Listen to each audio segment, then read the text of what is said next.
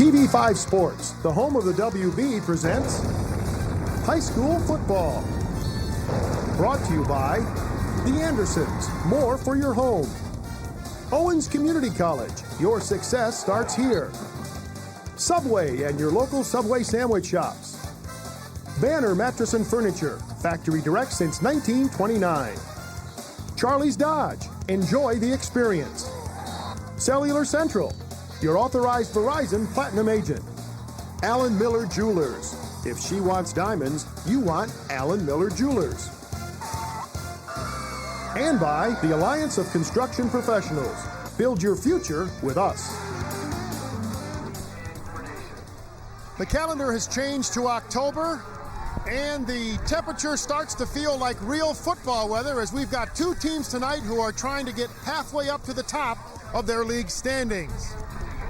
TV5 and the WB welcome you to high school football's Game of the Week. Tonight from Schaller Stadium at Anthony Wayne High School, the Anthony Wayne Generals play host to the Perrysburg Yellow Jackets. Hi, everybody, and welcome to TV5 Sports. I'm Bill Clark, Tom Cole at my side, and Thomas, Mother Nature, finally turned things to football weather. Billy, you're right on it as usual. The Hawks out tonight. I'll tell you what, I saw Tommy Fitzgerald, our stance man upstairs.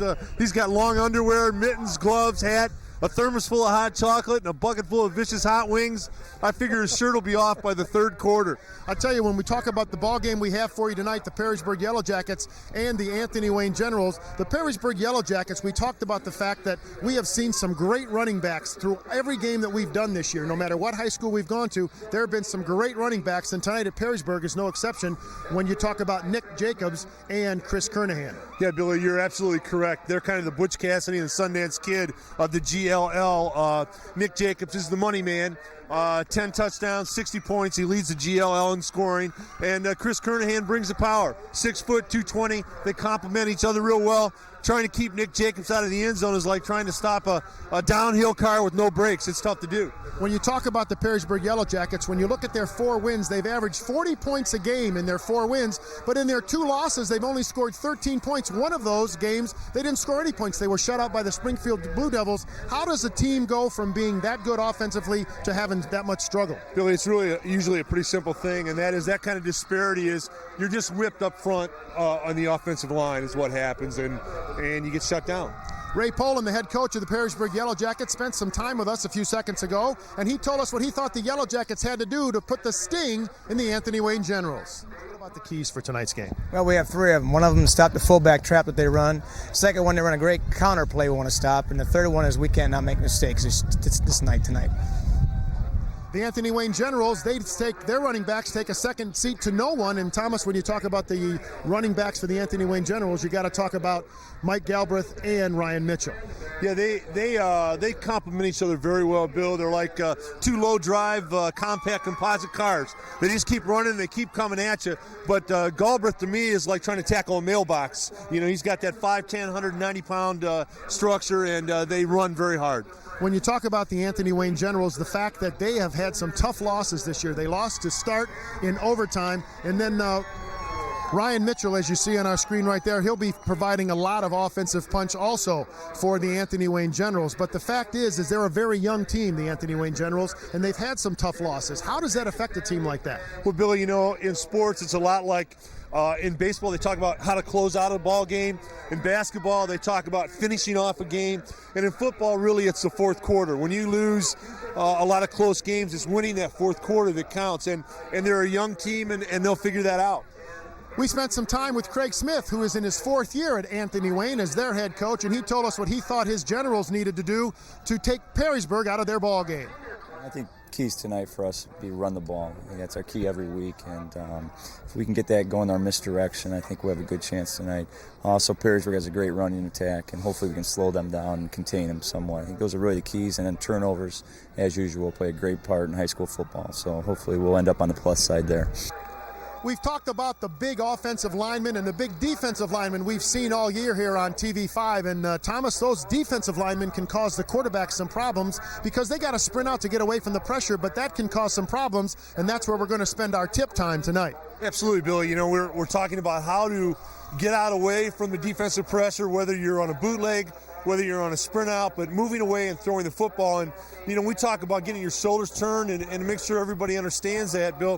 When a quarterback comes away from the center and say he's sprinting out to the right, what he needs to do is get enough depth. This is a line of scrimmage where what happens is the youngsters make a mistake. Here's the line of scrimmage. My shoulders are here, and I go to throw the ball. I'm throwing against my body. I'm not using that momentum that I've garnered getting out away from the center. To throw it properly, Bill, what you need to do is take depth, get your shoulders turned, so when I'm throwing this way, my shoulders are parallel with the line of scrimmage, and I use my body momentum to help throw the football. So you get much more power and much more accuracy. Absolutely. All right, so keep an eye on that tonight when we take on the Anthony Wayne Generals and the Perrysburg Yellow Jackets in our TV5 Game of the Week. Stay tuned. Tom and I will be back with the opening kickoff and the starting lineups right after this timeout.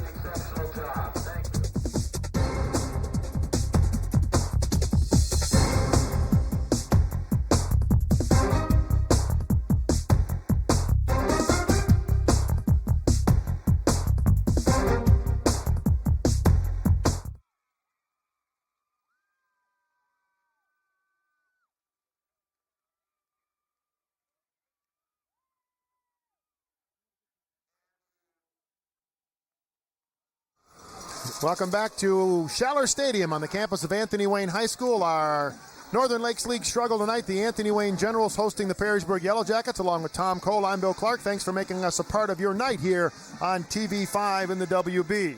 We'll take a look at the strategies in tonight's ballgame. Coach Ray Pullman has a few things the Yellow Jackets need to do, Thomas. Yeah, absolutely. Contain the counter play, stop the fullback trap, and make no mistakes or turnovers. Craig Smith on the other side says they ought to run the ball. They've got to stop the running game of Anthony Wayne, and again, no turnovers for them as well. Good crowd on hand. They've been arriving since about 6 o'clock tonight, as both teams have a pretty good fan base here tonight. It is homecoming at Anthony Wayne tonight. We'll be introducing you to the Queen and her court at halftime. We'll be having an introduction with the band director here at Anthony Wayne, as well as you see tonight's officials. And the Perrysburg Yellow Jackets will be receiving. Andy Klein will be kicking off for the Anthony Wayne Generals. Back to receive for the Perrysburg Yellow Jackets, number 27, that is Nick Jacobs, along with number 16, Sean Cunningham. So we're glad you've made us a part of your night here on the Buckeye Cable System. TV5 and the WB, high school football at its best every Friday night here on TV5. Mother Nature starting to make things feel a little bit more like football weather. Our first ball game, Thomas, it was about 180 degrees, I think, in these coats we have to wear. But now those coats felt pretty good tonight. Yeah, it's Woody Hayes weather, Billy. I'll tell you what. So the officials are getting everybody ready to rock and roll. The Perrysburg Yellow Jackets will receive in their white and gold pants, and the Anthony Wayne Generals in their home blue trimmed in white. We are ready to go. The fans are bundled up, but that won't stop them from cheering. And Andy Klein gets ready to put foot to football. And he hits a boomer. And it's gathered in by Cunningham, and he is nailed. Just like that at the 18-yard line. What a great tackle by number 54 for the Anthony Wayne Generals, Ed Reynolds. As we check out the Perrysburg starters, Ramsey Pittman, Mike Furry, and Andy Brungard. You've got Chris Robinson, Walter Benyon, and Sean Cunningham, we should say. Chris Kerningham, we talked about him. Jason Peinert, Nick Jacobs, and Chris Kelly will be doing the quarterbacking for Ray Pullman. Very tight formation. And doesn't fool the Anthony Wayne Generals. Thomas, I've never seen that before. Yeah, this is going to be a lot of fun for the fans tonight. It's an old wing tee, and it's a real wing tee. That's going to be fun. There's Ryan Mitchell, and Obenhauser will be the defensive tackles. The ends are Sherman and Trent Hensley. Outside linebackers Garrity and Sparks, with the inside linebackers being Kramer and Joe Sainholtz. In the backfield for the defense, it'll be Gilsdorf, Kukalele, and Jason Sparks. Again, that unique offensive set for the Perrysburg Yellow Jackets, and the give is to Nick Jacobs. And he gains just about a yard, so it's going to be 3rd and 9, and Thomas is not too effective off the get-go right here. Well, but it wears on you, Billy. What happens is you constrict everybody in tight, and you have the backs scissoring off each other so closely. It gets confusing for the defense to pick up their keys, and I'm sure they'll break somebody before the night's over.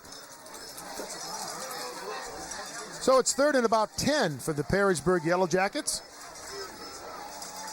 More conventional formation right now as the pitch goes back to Jacobs. Gets outside and is finally brought down by number 9. That's A.J. Kukalele. 6'2", 175-pound junior for Anthony Wayne. As we said, both teams tonight come in at 4-2 overall, but Anthony Wayne 2-1 in the league right now. Perrysburg at 1-2, and it'll be a punting situation now for the Perrysburg Yellow Jackets. Back to kick, number 88, Hal Munger, a 6'6", 235-pound junior. Pretty good-sized punter right there. Back to receive the kick for Anthony Wayne, number 26, Ryan Mitchell. And thought about picking up on the bounce, but thought better of it.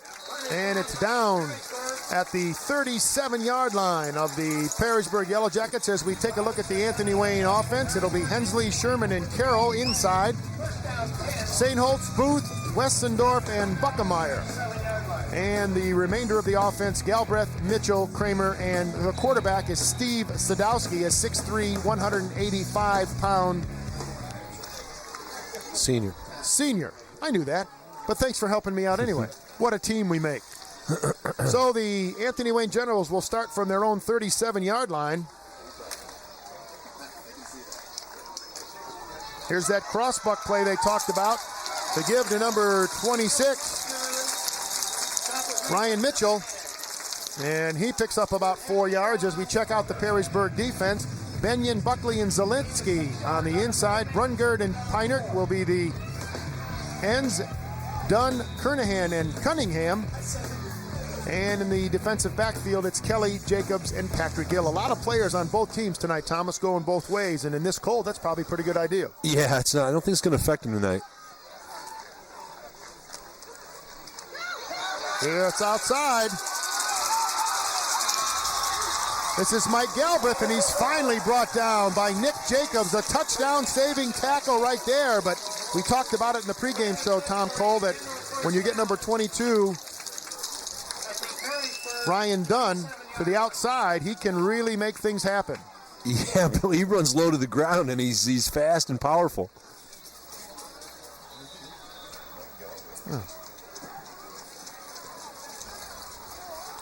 Mike Galbraith, the runner on that last play. Good run by Michael.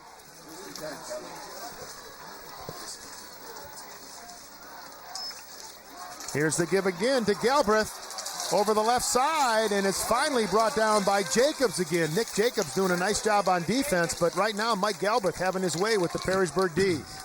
Well, Billy, the offensive line for Anthony Wayne, if you notice, they're getting a real nice push there. They're really coming off the line and creating a nice crease for the running back, and Galbraith looks like a mailbox on wheels. I mean, he's a tough guy to tackle, but credit the O-line, Bill. 5'10", 190-pound junior is Mike Galbraith.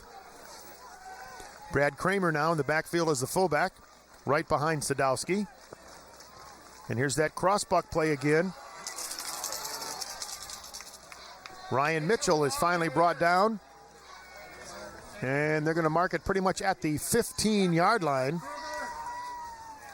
Billy, they really like that wing back around. That's a good-looking play for them. So the Perrysburg Yellow Jackets moving, but now they're going to have to retake some offense they already did. There was a holding call on that particular play. As we mentioned, it is homecoming here tonight at Anthony Wayne. Boy, what a beautiful night. The moon is out. They've got a good crowd on both sides of the field, and we are very glad that you have made us a part of your evening. As you can see, the official giving you the holding call, so that'll back things up 15 yards, so it's back to the 26-yard line. So it'll be 1st and 26 for the Generals.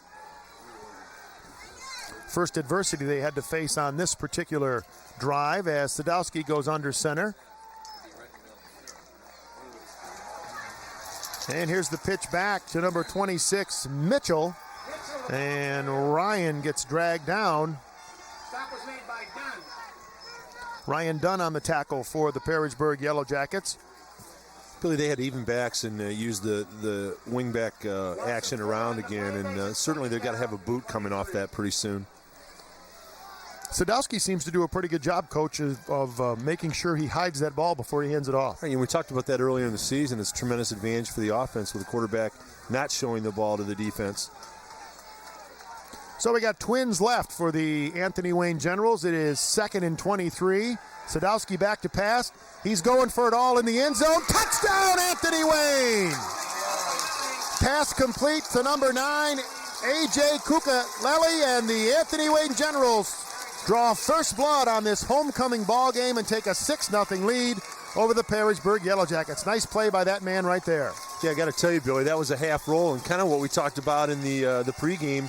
Sadowski, Steve did a great job. He got his shoulders parallel to the line of scrimmage, which allowed him to use his body momentum and throw the ball. And the young man, the receiver, did a terrific. Most kids stop and kind of wait on the ball a little bit, and he kept running. Perfect pass, perfect catch, excellent execution. So Andy Klein will attempt the point after. The kick is down, and it's good. The Anthony Wayne Generals draw first blood in our TV5 High School Game of the Week. The Anthony Wayne Generals lead the Perrysburg Yellow Jackets by a score of 7-0. We'll be back with more from Scheller Stadium and Anthony Wayne right after this timeout.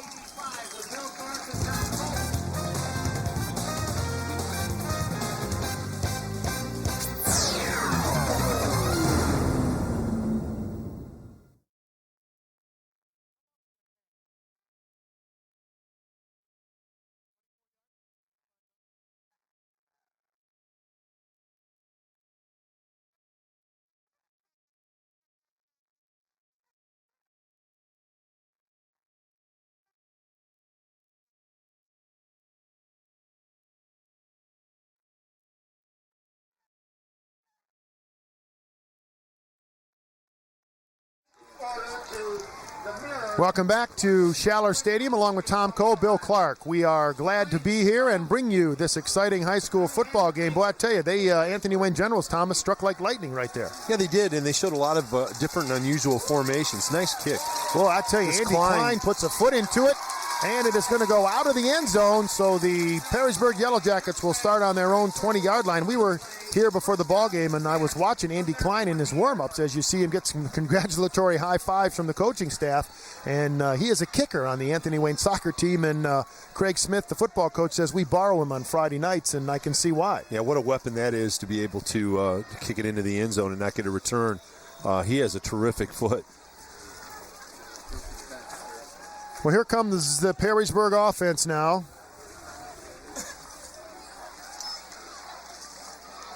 And they do that cross play again. Nick Jacobs gets tripped up pretty much at the line of scrimmage. Might have even lost a half a yard.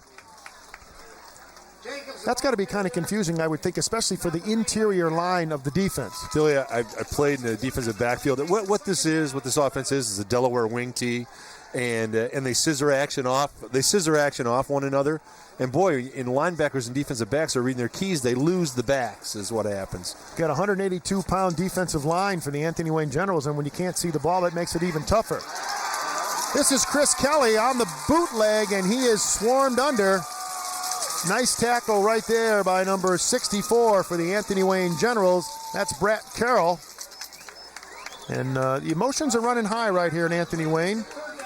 But you like to see that in high school football. It's good, clean excitement, none of the dancing and all that kind of stuff. They're just glad to make a great play, and Carroll did just that right there. Yeah, it's a lot of fun, Billy. And the defensive end for Anthony Wayne kept very nice outside leverage and did not let the Perrysburg quarterback outside, Chris Kelly. So Kelly continues to call signals as Ray Pullman will switch quarterbacks throughout the ball game. Here's a pitch back to Nick Jacobs, looks for the seam, and he is brought down again by number 64, Brant Carroll, with 2 tackles in a row, and that young man is fired up, doing a nice job right now for Craig Smith. Brant Carroll is a 5'9", 230-pound senior, but I tell you, he moves pretty well for having 230 pounds on that frame. Absolutely. So another punting situation for the Perrysburg Yellow Jackets. Second time in a row, it is 3 and out for the Yellow Jackets. And once again, Hal Munger back to punt. And we are going to have either offensive. So did the defense get drawn off? A question for the ages. Dead ball foul, illegal procedure on the offense, so that'll back him up a little bit farther. So now Munger will be punting out of his own end zone. Perrysburg, 10-yard line. Back to receive the punt, Ryan Mitchell for the Anthony Wayne Generals, who lead it 7-0. I tell you, Hal Munger, 6'6", 235-pound junior, and he's a punter. He looks like he should be playing like defensive end or pretty much any place he wants to, but I'll tell you right now, they're glad he's punting. He puts a nice foot into this one, and it is going to go out of bounds at about the 46-yard line. So that's where the Anthony Wayne Generals will go to work. They've got one touchdown on the board already on this homecoming night. They'll go for their second score right after we take this time out on TV5 in the WB. The Anthony Wayne Generals lead the Perrysburg Yellow Jackets by a score of 7-0.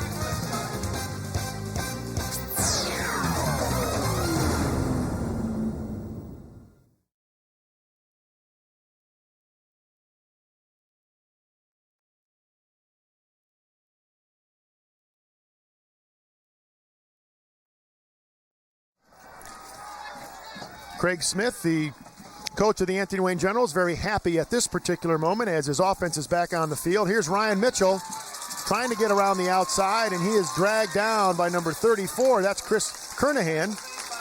Plays in the defensive backfield for Ray Pullman, but also carries the football every once in a while on the offensive side of the ball. Yeah, Billy, they're running the double tights with the wing and bringing the wing around, and that seems to be the focal point of their entire offense is that wing around, and you're going to see Steve Sadowski boot off of that wing around, and maybe he'll come real clean on the corner. So tight formation in the eye. 4:53 to go here in the first quarter. Ball is fumbled. Fumble on the play. And we'll see who the referees say. Perrysburg has recovered the football. It looked like Galbraith never really had the football, Thomas, and lost it, but kept going, trying to draw the defense away. Well, I think what happened there, Billy, is there wasn't a good mesh between Steve Sadowski and Galbraith on that play. And, the rule with the quarterback is, and Steve will learn that, he's doing a nice job tonight. If you're not sure, you don't give it. You just follow the back into the hole. We'll take 3, 4, or 5 yards and live to come back and fight another day. Good idea. Chris Kelly doing the quarterbacking now for Perrysburg. And here's the end around to Nick Jacobs. Anthony Wayne forces him back into the backfield a little bit farther, and he just about gets back to the line of scrimmage right there. So we'll call it 2nd and 10. Ball on the 37-yard line of Perrysburg. Billy, these plays trying to get outside for Perrysburg, it just Anthony Wayne's defense, their defensive coordinator deserves a lot of credit. They have excellent outside leverage. Real difficult for them to get outside. They're going to have to run these scissor plays and run up inside, I think. This is like a takeoff of the old student body right. Yeah, it's interesting. Well, the defense for the Anthony Wayne Generals was not fooled on that play. Credit Brad Kramer with that tackle, along with A.J. Kukaleli, who also plays a little defense and catches a few passes every once in a while. He's got the only score of the night so far. Yeah, I'll tell you what, this whole field is starting to look like a pinball machine to me. There's a lot of hitting going on out here, Bill. I'll tell you what, on both sides. These kids are playing with a lot of enthusiasm. Josh Garrity gets a half a tackle on that as well. Number 25 in on the tackle, 5'11", 170-pound junior. 3:27 to go in the first quarter, 7-0 Anthony Wayne. Kelly back to pass, and he's not going to get it off. Great defense right there by Josh Garrity. This time he doesn't need any help, and he takes care of the tackle all by himself. So, Billy, you want your son to be a quarterback, huh? I don't know. I watched the band play at the beginning of the thing. I thought the band looked pretty good. Yeah, absolutely. Nice and safe. Chris sprinted out left, Billy. He didn't have a chance. Anthony Wayne, there you go. Sprint out left. He's got pressure from the backside. Can't even set his feet, and he's down. So Mr. Munger getting some more camera time here tonight. He's in for his third punt. Gets a pretty good punt off here. Mitchell watches it drop and now gets away from it, and it'll roll dead on the 41-yard line. That's where Anthony Wayne will take over when we come back. 2:45 to go in the first quarter. It's Anthony Wayne 7, Perrysburg nothing.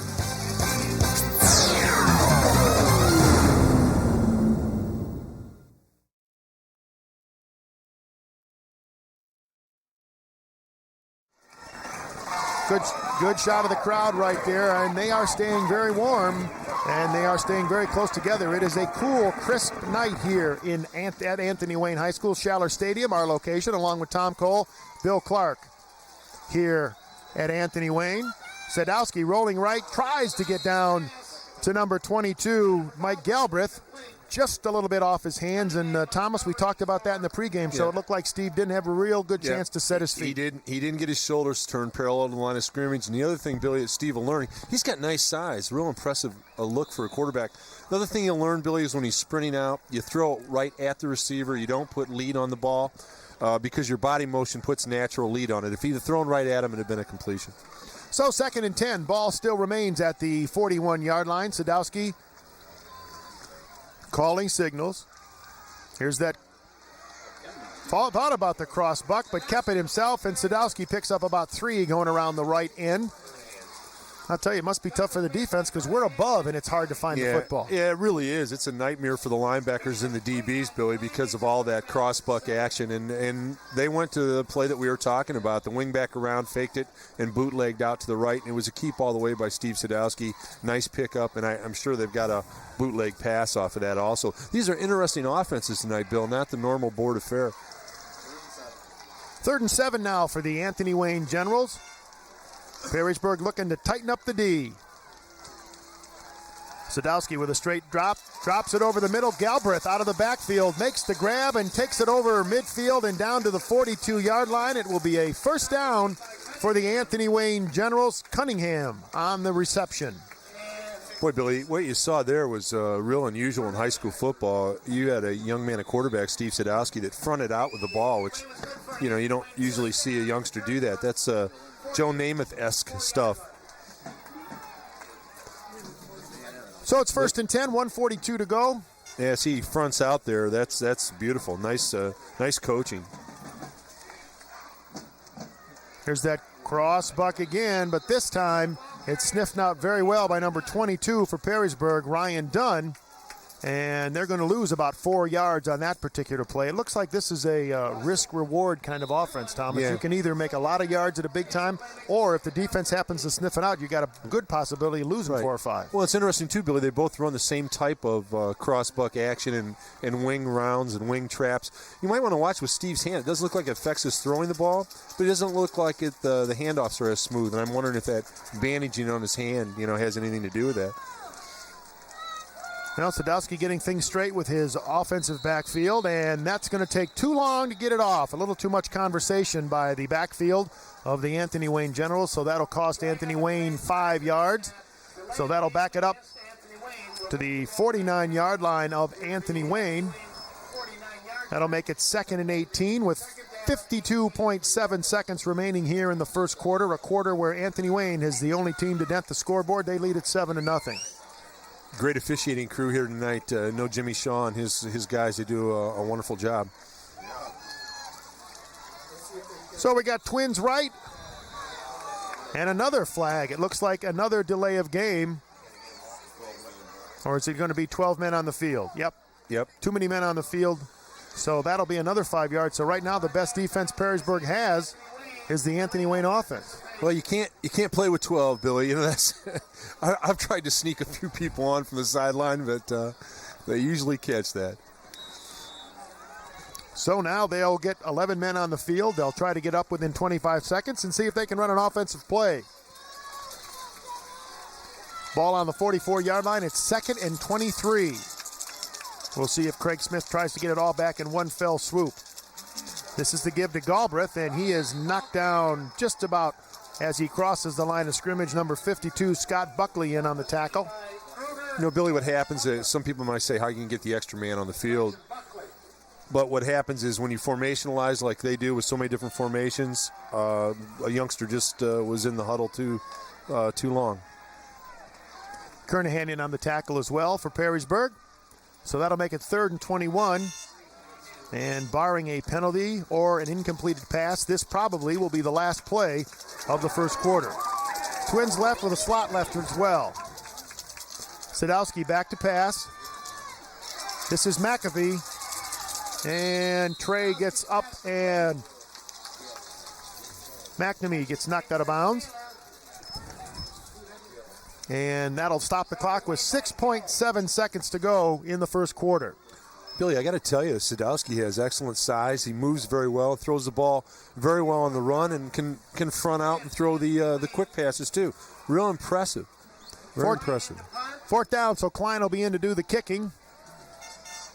And the way he kicks off, he got a pretty good idea. This one might end up in the end zone. Nice spiral. And it is going to hit on the, nope, it's going to hit in the end zone, and that is going to end the first quarter with the Anthony Wayne Generals on this homecoming night leading the Perrysburg Yellow Jackets by a score of 7-0. Second quarter action comes your way right after this timeout on TV5 in the WB.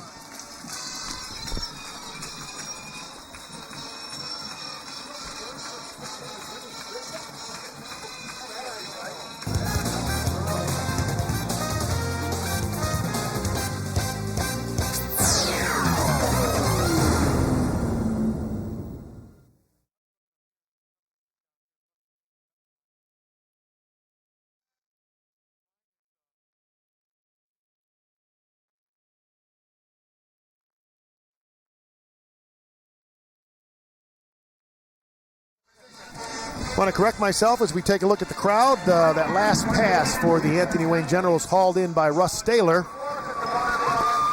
And Mr. Staler is a 6'2", 180-pound junior. So a lot of different weapons that Craig Smith can choose from on the offensive end. But right now the blue and white Generals will be playing a little defense as the Perrysburg Yellow Jackets once again start from their 20-yard line. This is the second time tonight they've been able to do that as we take a look at the Schaller Stadium grounds here at Anthony Wayne High School. Chris Kelly rolls right, and his pass ends up short, intended for number 27, Nick Jacobs. Yeah, Billy, again, the Delaware wing tee, 2 tight ends, 2 wings turned in. But what's tough about that, Billy, when you're going to throw the ball out of that formation is you can't get your wings and your tight ends into the flats quick enough. There's not much separation there, so it's real tough. So that'll make it 2nd and 10. Kelly remains at quarterback. We will see, I would assume, before the night is over, we will also see Drew Harmon as well. But this time, not a whole lot of running room for number 24, Jason Peinert, a 6'1", 215-pound senior. So that'll make it 3rd down and 10. Interesting, Billy, creative offenses tonight from the running game standpoint. I mean, you don't see legitimate wing tees with the wings turned in like that for Perrysburg. That's an interesting look. So they swing Kernahan and Patrick Gill out left. Now Kernahan goes in motion. Ripped up, picks up maybe 2. So that'll mean the punting units will come back on for both teams. And we'll get a chance to see Mr. Munger again. Well, I tell you, he looks bigger than 6'6" from sitting up here. What towers over his entire team. What an advantage it is, though, we've seen in the kicking game. When you have a youngster that can kick the football, it's just a tremendous advantage. This Andy Klein for Anthony Wayne is a real college prospect kicking the football. Ryan Mitchell back to receive the punt. Munger with a nice spiral. And this time Mitchell will be able to start the return, gets it at the 42-yard line, tries to get outside and is wrestled down by number 37, Adam Holloway, and number 22, Ryan Dunn for the Perrysburg Yellow Jackets. Stay with us at halftime. We'll be talking with Amy Lentz, the director of the Anthony Wayne Marching Band, a very interesting young lady, and also we'll be having a chat with the homecoming queen as well here at Anthony Wayne High School. Ryan Mitchell, Billy, looks like Charlie Toller, the old AFL 1960s Houston Oilers. He's a bowling ball down there, low to the ground, quick. Well, here come the Generals. They'll start at the Perrysburg 49-yard line. Sadowski gives up the middle to Kramer, and he will not go down, continues to move, and finally is knocked to the ground by number 22, Ryan Dunn. Good 2nd and 3rd and 4th effort by Brad Kramer, a 6', 205-pound junior. Gain of 4 yards on the play makes it 2nd down 6. This is just a Bill Clark effort run here. I'll tell you what, this is the big guy just not going down. You've got to wrap that big man up. Well, we saw it last week when we had the Rogers-Rams on. As long as you keep those legs moving, you are tough to come down, and Brad Kramer did a nice job of keeping that chopping motion continuing. 2nd and 6. Here's Galbraith trying to get outside, and a nice tackle by number 10, Chris Kelly. Quarterback turned defensive back right there, and Chris Kelly makes a nice tackle right there. Never have to worry about Chris running out of clothes to wear if he goes to a sporting event. His dad is the district manager over at Dick's Sporting Goods, so I would assume if Chris wants to wear the latest in fashions, his dad over at Dick's Sporting Goods will be able to take care of it for him. You'll see a nice tackle here by Chris. Yeah, and I'll tell you what, you had a great block. You had a great block by 57, Billy, on Anthony Wayne, Trent Helmsley. What a terrific block that was. Timeout on the field, 9:46 to go here in the second quarter. We're going to keep it right here and let you know that some other games taking place around the area. We've got in the City League, St. Francis at Bowsher, and Bowsher continues to struggle. They're 0-6 overall. Of course, we saw St. Francis last week take a pretty good licking from the Rogers-Rams. Libby will be taking on St. John's at Waite. It'll be Libby is 0-5, St. John's 2-4, but they play an awful tough schedule. Waite will be at Rogers. Rogers continues to be the cream of the crop at the City League, and Woodward over Start. Woodward's at Start. Both teams are 3-3. This copyrighted telecast is presented by the authority of the Buckeye Cable System and may not be reproduced or retransmitted in any form without the express written consent of the Buckeye Cable System. Other Northern Lakes League, as you see the standings here in the Northern Lakes League, Bowling Green and Southview, they're doing battle tonight over at Southview and the Springfield Blue Devils and Anthony Wayne. And then you see the bottom four of the league, Perrysburg, Northview, Maumee, and Rossford. Maumee and Rossford taking their licks this year, but the kids are playing tough, and that is the bottom line. So it's 1st and 10 for the Generals, and the give is to Kramer, and he is wrestled to the ground by number 34. That's Chris Kernahan. Billy, you're seeing such a wide array of formations for running the football. Give Coach Smith a lot of credit. You had double tights, wing, flat backs, and ran a smash over the right guard. I mean, creative way to run the football. It's real impressive. Okay, you got flat backs in football and flat bellies on the PGA Tour, right? That's exactly right. So really no gain for Mr. Kramer on that particular run, so it'll make it 2nd and 10. Ball remains on the 34-yard line as Sadowski Bark signals and does a nice job in pulling number 60 off sides for the Perrysburg Yellow Jackets, Warren Benyon. And keep an eye on Mr. Benyon, Thomas. He wants to go to Ohio Wesleyan. Oh, great. Probably wants to follow in your footsteps. He wants to be a battling bishop. Well, I wouldn't recommend following in my footsteps, but he'll do wonderfully. It's a great athletic school and a great academic environment. So my partner, Bob Shaw, also went to Ohio Wesleyan. I give him grief all the time. I tell you, boy, being a battling bishop, you must have really struck fear into the hearts of the teams you played. You got to learn to defend yourself, and you tell people you're a battling bishop. You come out with a miter and stuff. It's tough to play football with that. Here's a nice move upside. Ryan Mitchell gets outside, and he is brought down by Nick Jacobs with help from number 22, Ryan Dunn. And I'll tell you, when you get Ryan Mitchell a couple steps into that hole, man, he is just gone. Yeah, the mailbox with wheels, he really is impressive. And I'll tell you what, there was another great block there by Shane. Gosh, Billy, I had it right in front of me. I'm sorry. Joe Shane Holtz, what a terrific turnout block he had. That was wonderful.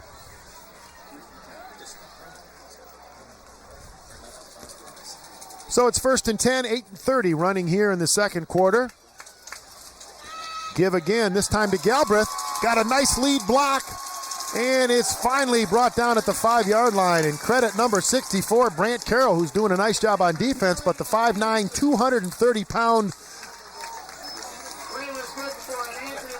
guard does a nice job right there leading that play. He does a great job. Billy, you called it. This is a textbook block here. Watch 64. Watch Mr. Carroll. Boom.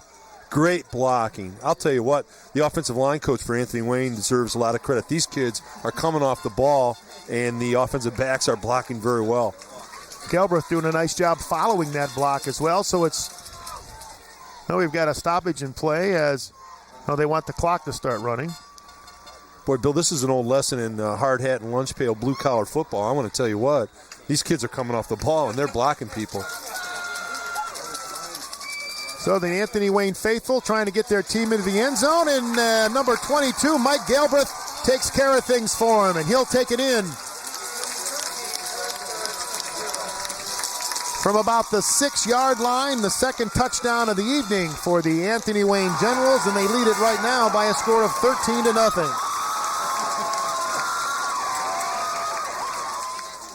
Klein will attempt the extra point. Sadowski. So Klein will be back in again to attempt the extra point. And I'll tell you, it's almost automatic. If he gets a halfway decent snap, this young man will put it in the parking lot. Oh, boy. And he does just that. As about 40 youngsters go after that football, but they're going to have to bring it back.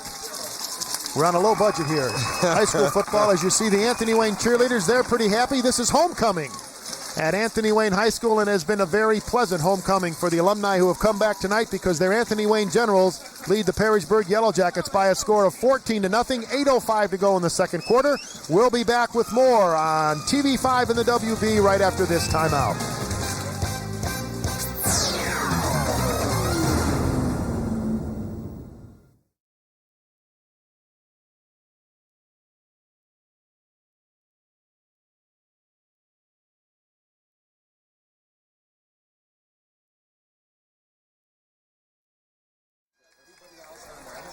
It's 14-0 our score. Anthony Wayne on top of Perrysburg, along with Tom Cole, Bill Clark, with you at Schaller Stadium on the campus of Anthony Wayne High School. And it's amazing, Thomas, when you come to games involving Northern Lakes League teams, it's not just, you always have great crowds because it's like cities taking on each other. It's a friendly rivalry, right, but boy, it's intense. Well, but it's good to see. I love the camaraderie, the esprit de corps that's out here. People enjoy the kids and they enjoy the game. Boy, this is Mr. Klein. Billy, he's a real college prospect as far as kicking the ball. Zucchina picks up the ball after it almost goes dead, and he's able to return it to about the 27-yard line. So that's where the Perrysburg Yellow Jackets will go to work. They trail by a score of 14-0. You know, Bill, and that's a hard thing for kids at all levels when they're playing football, and that ball drops like that. That's a live ball. You know, and those people back there kind of become deer in headlights. They kind of just look at it instead of picking it up. You know, you see pros do that. There's the Anthony Wayne scoring drive, 51 yards, and it only took him 8 plays to get in, with Mike Galbraith going the last 6 yards for the touchdown. Here's a pitch back right. This is again Nick Jacobs. Nick Jacobs, a very potent runner for the Perrysburg Yellow Jackets. And Billy, he's their money man. He leads GLL in scoring, 10 touchdowns, 60 points. Billy, that was just a straight power eye left sweep toss. And, right now, Anthony Wayne is on defense is just filling all the gaps. I mean, they're getting to the ball. Now, when you're teaching defense for an offense like this, Thomas, do you tell your defensive linemen or your linebackers to pick out a person, and that's the person I want you to follow all night? They're all keys, Billy. You key on a back. And that's why that crossing action is difficult to defend, because you're crossing the keys. This time they cross, and they give it to Kernahan. And he rumbles up to about the 30.5-yard line is where they're going to mark it. Good tackle right there by number 44 for the Anthony Wayne Generals. That's Brad Kramer, with a help from some of his friends, as you see the clock and the number story here. I'll tell you what, Anthony Billy, Wayne. This Perrysburg offense reminds me a lot of the Coach Pullman deserves a lot of credit. It looks like the old Cornell scrum back in the 1930s. It really does. You know, people are running out of every which way with the ball hidden. You know, it's difficult. This time Kelly keeps it, and he's going to have to eat it, as he's going to lose about 8-9 yards on that particular play. Good defensive play right there by number 24 for the Anthony Wayne Generals. Mike Buckemeyer gets credit for that sack, and that'll bring Mr. Munger on for yet another punt. Billy, their defensive coordinator, Anthony Wayne, deserves credit. These defensive ends are well coached in outside leverage. You don't get outside of them. They turn everything in. Ryan Mitchell back to receive yet another punt from Mr. Munger. And looks like this one he'll be able to field, and he does at the 45-yard line, but he slips on the wet turf. His knee hits the ground, and in high school football, that means the end of the play. So the Anthony Wayne Generals will go to work from about their own 45-yard line. They lead at 14-0 over the Perrysburg Yellow Jackets with 6:08 to go here in the second quarter. And gee, Bill, what a wonderful facility they have out here. I mean, the field, all the rain we've had, the field's in good shape. Beautiful press box area. It's a great facility. It's a beautiful press box because I can feel the heat already. And that's the nice thing about this press box. I'm worried about Tommy Fitz. He hasn't blinked for the last 30 minutes. So He's sitting over by the sandwiches. What are you talking about? Larry, if we missed some stats, it's because Fitzgerald's feeding his face again. Sadowski and the Anthony Wayne Generals come up as you see Ray Pullman trying to get his defense into the ball game, and they are. As here's Kramer on a straight drive, and he gets into the secondary and gets all the way down to the Perrysburg 38-yard line, where he's finally brought down on the ground by number 6, Eric Anderson, and number 34, Chris Kernahan. Nice run by that man right there. Boy, this great offensive blocking, and this Mr. Kramer is a tough running back. Big, strong. Look at his legs, Bill. The piles are all moving forward when he runs the football. Chris Kelly helping out on that tackle as well. 5-55 and running. 14-0 Anthony Wayne over the Perrysburg Yellow Jackets. Slot right formation. Here's the give to Galbraith. And he is stopped after about a 2-yard gain. Could have Good a hold defense there, right there by Kernahan, and we... That was made by Kernahan. Looks like you have a hold, Bill. All right. I'm looking for the flag. Where'd they pick it up already? Yeah, they picked it up real quick. It is holding, so Anthony Wayne will have to march off. Again, Billy, very, very creative offensive sets to run the football. I mean, you had double tights, wing, flat backs. I mean, you know, you're getting a wide array of formations on both sides of the ball. The coaches are very creative. Chris Kernahan, the defensive captain, looks over to Ray Pullman, and Ray Pullman says, let's back him up just a little bit. As you see, the rushing leaders we've been talking about, they are full here in both Perrysburg and Anthony Wayne, and you can see these young men know how to pick them up and put them down. And look at the average yards per carry. That's amazing. Yeah, and I bet you, Billy, that Nick and Chris and Mike and Ryan would be the first people to tell you that their offensive line is the reason that, you know, they're scoring those kind of numbers. 1st and 21. Crossing move again. This is Mitchell trying to get outside, and a good tackle right there by number 22, Ryan Dunn, staying on the play, making the contain and getting the tackle as well. Well, we got a break in the action. We want to take a moment to thank our sponsors tonight to helping us bring you high school football here on TV5. The Alliance of Construction Professionals, Banner Mattress and Furniture, Roberts Menswear, Team Sports, Allen Miller Jewelers, Owens Community College, Anderson's, Cellular Central, Charlie's, Dodge, and Subway. We thank them for their support of high school football here in the Toledo area. As you see, Ryan Mitchell doing a nice job on that last play. Here's Sadowski rolling out, and his pass is just a little bit too low. And Thomas, he didn't do what we told him to do in the tip right there. It was a tough play moving, and he had to throw across his body. Yep, and Steve's going to learn that. And I'll tell you what, Billy, I like him as a quarterback. I like his size. I like the way his mobility, his arm strength. And what he's going to learn to do is take a little more depth, get his shoulders turned around. He needs to get his shoulders parallel to the line of scrimmage because he's still throwing against his body. And the other thing is, Bill, we talked about, when you're throwing on the run, you throw at the receiver because your body motion gives it natural lead. You don't lead him. And he'll learn that. He's got a lot of talent. 3rd and 16 now. Sadowski. This is Galbraith. Gets a block. Gets outside and is finally run out of bounds. Awful close to the first down marker. We'll see where they mark it. They'll mark it at about the 27-yard line. And that will be a first down as Mike Galbraith gets a couple nice blocks into that line, gets into the defensive backfield, and then takes care of business on his own as that thrills the Anthony Wayne crowd here at Schaller Stadium. I'll tell you what, Billy, we got to start taking Brent Carroll with us wherever we go because he can move and block. I want to tell you, he can knock people out of the way. He's an earth mover. Very impressive blocking for him.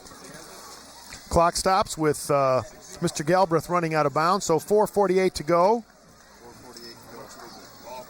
Here's Galbraith again, tries to get outside, slips a couple tackles, but is finally pulled down. Good defense right there by number 7 for the Perrysburg Yellow Jackets, Nick Kruger, a 5'8", 140-pound sophomore. And all you had here, Billy, is you had 2 tights, a wing, and you ran isolation left. And, boy, Mr. Galbraith runs hard. His legs constantly moving forward, very impressive. The offensive line coach for Anthony Wayne deserves a lot of credit. I'll tell you, these kids block very, very well. 2nd and 6 now, ball on the 23-yard line. Twins left in a slot formation for the Anthony Wayne Generals. Give up the middle to Kramer, trying to cross up the Perrysburg Yellow Jackets, but number 52 sniffs it out very nicely, thank you. Scott Buckley is on the tackle. So that'll make it 3rd down and 3 to go. I'd like to see him, Billy, give Sadowski a little bootleg out here to the right off one of those wing arounds and get him out in the open field here. We've had people open, and he just has to deliver the ball to him. We want to thank Chip Ebert and Ray Pullman, the athletic director and coach over at Perrysburg, and also Paul Holen and Craig Smith here from Anthony Wayne for helping us with our preparation of this high school football game. We thank them for their time and their efforts in making our job just a little bit easier as that offensive line continues to make the job easier for those Anthony Wayne running backs. That time, number 22, Galbraith, gets about 2 yards there, so that'll make it 4th down, picks up a yard, so it'll be 4th and 2. So Craig Smith has a decision to make here. When you got a kicker like Andy Klein, do you put it to the uprights or you try to go for it? You sure think he could kick it, but you know, Billy, the way that the Anthony Wayne line is coming off the ball and making seams and the way they're running the football, you almost got to think you can pick up the 2 yards. You really do. There's the man, number 22, who's been carrying the mail most of the night for the Anthony Wayne Generals. The General fans on their feet right in front of our broadcast location. Sadowski calls signals. This is Galbraith. He's got the first down, tries to get outside. He is at the 7-yard line, and he is finally knocked out of bounds by number 27, Nick Jacobs. So a nice call, and again, that offensive line for the Anthony Wayne Generals doing a number on the Perrysburg defense. Boy, Mike Galbraith, Billy, he's a human bowling ball. I'll tell you what, you get him outside, and he knocks down defenders like 10 pins. I mean, they just roll over. This synchronization of the blocking of the offensive line for Anthony Wayne is terrific. They really do a nice job. Here we go again. The big people get out front, and Galbraith again, he sheds the tackler, boom, 2, and they kick him out of bounds. Galbraith again tries to go over left tackle, but a nice tackle right there by Nick Kruger, the sophomore making his second tackle in this particular defensive stance. 2:25 and running in the second quarter. Stay with us at halftime. We'll have a conversation with Amy Lentz, who is the marching band director here at Anthony Wayne. And if you are familiar with marching bands in Northwest Ohio, you have heard about the Anthony Wayne Band. They have done some nice things over the years, and Amy Lentz tells us all about them during our halftime conversation. 2nd and 5 now. Here's Mr. Galbraith outside and into the end zone. Mike Galbraith with his second touchdown run of the night, a 5-yard jaunt. And now the Anthony Wayne Generals on this homecoming night lead it by a score of 20-0 with the extra point from Andy Klein on its way. I'll tell you what, Billy, it's just the same thing we saw going to the other side. The human bowling ball, Mike Galbraith. He reminds me of Norm Bulash of the Colts in the mid-'60s. Man, you keep bringing up names out of the past. I forgot all about those guys. Yeah, I mean, that's how he runs. He runs low to the ground. He's a powerful kid. Andy Klein looking for his third extra point. The hold by Sadowski is good, but the kick is not. Good defense right there by number 7, Nick Kruger, who got in time to nick the ball out. So the sophomore with 3 good plays on that last defensive drive, but the Anthony Wayne Generals still had enough oomph to get into the end zone. Mike Galbraith with his second touchdown run of the night. And now with a 20-0 lead, we'll take a break and come back for the final 2:01 of the second quarter here on TV5 and the WB.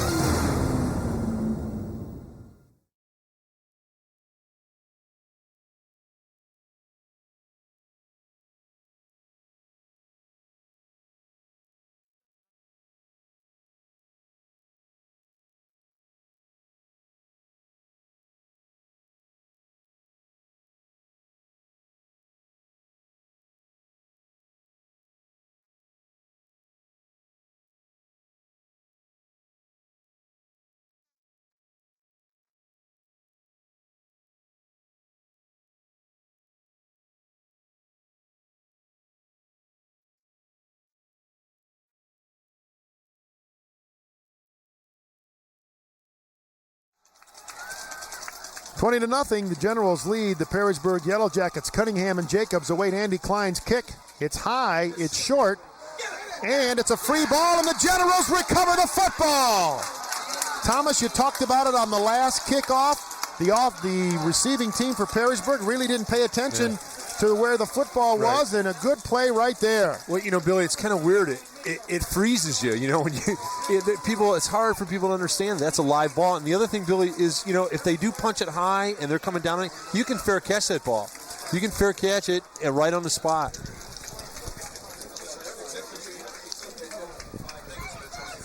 Ryan Mitchell with the recovery of that football. That young man has a nose for the football, and now the Anthony Wayne Generals have an opportunity to tack on another 6 before we get to halftime. The ball on the 28-yard line of the Perrysburg Yellow Jackets. This is Galbraith. Doesn't get much of a rest, and he gets down the sideline, is knocked out of bounds by Chris Kelly. So Galbraith will pick up about 4 yards on the play. As you see the numbers on the last Anthony Wayne scoring drive, it took them 10 plays. They covered 55 yards. The last 5, number 22, Mike Galbraith had, as he carried the mail into the end zone going around the right end. So that'll make it 2nd and 6, or check that, 2nd and 7. They gave him 3 yards on that last carry.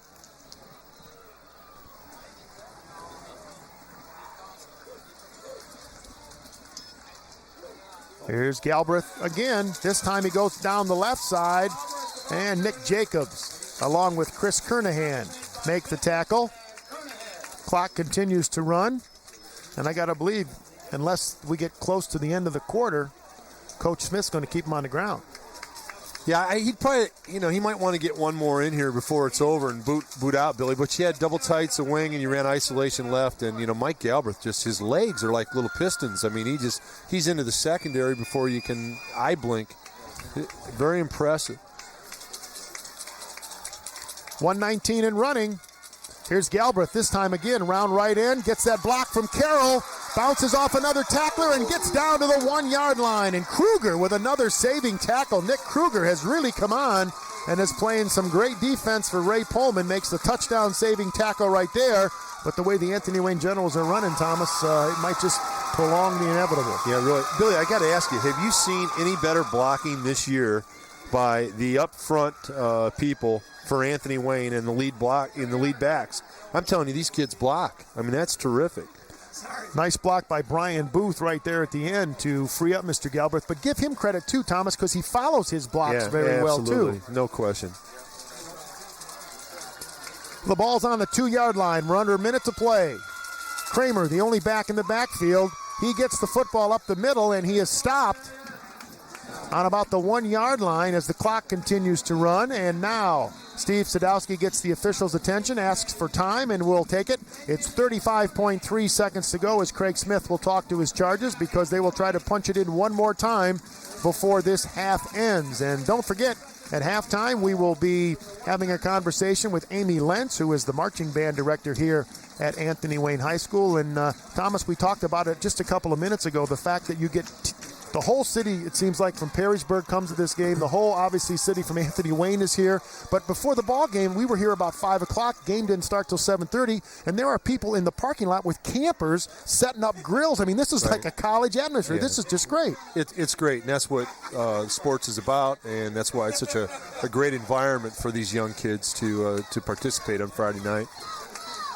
So Craig Smith has had his say with his Anthony Wayne Generals. Ray Pullman has a few things to say to his Perrysburg defense. Now he has a few things to say to the head of the officiating crew, and now Nick Jacobs. Boy, Billy, don't you have to look to give Mike Galbraith the ball? I mean, they just haven't been able to stop him. His legs are so quick. He gets into those seams so quickly. You run in isolation with him, and the way the Anthony Wayne offensive line has been blocking, I just don't see how you keep him out of the end zone. Ray Pullman continues to have a discussion with his defense. I mean, ISO right or ISO left with Galbraith, to me, is, they just haven't been able to stop him. Well, maybe Ray Pullman wants to play a little defense. Nope, there he finally decides he's seen enough, so he's heading back to the sidelines to make sure they don't get a penalty for 12 men on the field, or 11 men and a coach. That sounds like a movie. 3 men and a baby, 12 men and a coach. Here's the give to Kramer, puts his head down, and he is in for the touchdown from 2 yards out. Brad Kramer adds another touchdown for the Anthony Wayne Generals, and they lead it now 26-0 with 31.9 seconds to go in the second quarter. Billy, I feel like I'm watching Fordham play in the 1940s. I mean, all these creative offensive running sets are unbelievable. I mean, they just... Coach Smith and his staff deserve a lot of credit. It's very interesting to watch and a lot of fun and extremely effective, obviously. Well, I guess if you miss one extra point attempt here, You don't get to kick anymore, but no, I think Anthony Wayne wants to get back on the regular count, so they're going to go for 2. This is Galbraith, and he is in for the 2-point conversion. What a surprise, Bill. Yep, Mike Galbraith with 2 touchdowns and a 2-point conversion. That gets the score up to 28-0. We're back to normal as far as the score goes, and the Anthony Wayne Generals go. This is the touchdown right here. Okay, yep. Kramer goes in tough, and he's a big, strong running back, and he runs north-south. Real impressive young man. Good push by the offensive front of Anthony Wayne. And there's Galbraith for the 2-point conversion. And again, they really haven't stopped Galbraith all night long. He's the human bowling ball, I'm telling you, Billy. He knocks them down like 10 pins. They just roll.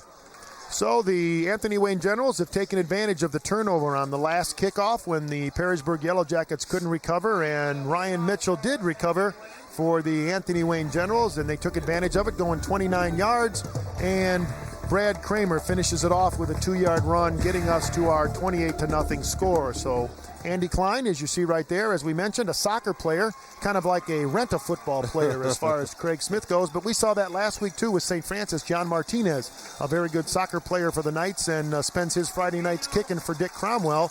And Andy Klein does the same for Craig Smith. They're going to try another one again. Nice over-the-shoulder catch right there by number 84, Matt Piltz. But, Billy, again, what you can do is when they pop that ball up like that, Billy, you can wave for a fair catch. They've got to back off, and you catch the ball. You can signal for the fair catch. Now, if they run into you, that's another 15 yards. That's a penalty. When you have the opportunity, it's a normal fair catch situation. They're popping that ball up. Just put your hand up, fair catch it, and they've got to leave you alone. I'll tell you what, if I ever play golf with Andy Klein and he's in a sand trap, I'm not going to bet he can't get out. Boy, he's got a nice little 9-iron with that right foot. He does. 27.8 seconds to go. The Perrysburg Yellow Jackets go to work on their own 41-yard line. The give is to number 44, Jason Peinert, and he spins up to about the 46-yard line. Delaware wing tee, Billy. It's unbelievable. It's really interesting to watch. 10 seconds in running. Chris Kelly gets the Yellow Jackets up. We'll try to get one more play off before the half ends. And there's a fumble, and it's recovered by the Perrysburg Yellow Jackets, but that's going to end our first half. Number 32 was the one who recovered the football for the Perrysburg Yellow Jackets, Derek Silka. Here we go, Billy. Delaware wing tee. The ball's kind of kicked around. It pops out again. Pops out a couple of times, actually. But the half ends. As you see both teams heading off to their respective locker rooms, stay with us when we come back. A conversation with Amy Lentz, the marching band director for the Anthony Wayne Generals, and we'll give you some of the flavor of the homecoming activities here from Schaller Stadium as well. As our halftime score from Anthony Wayne, the Generals lead the Perrysburg Yellow Jackets 28-0. We'll be back with all the halftime activities here on TV5 and the WB. Don't you go away.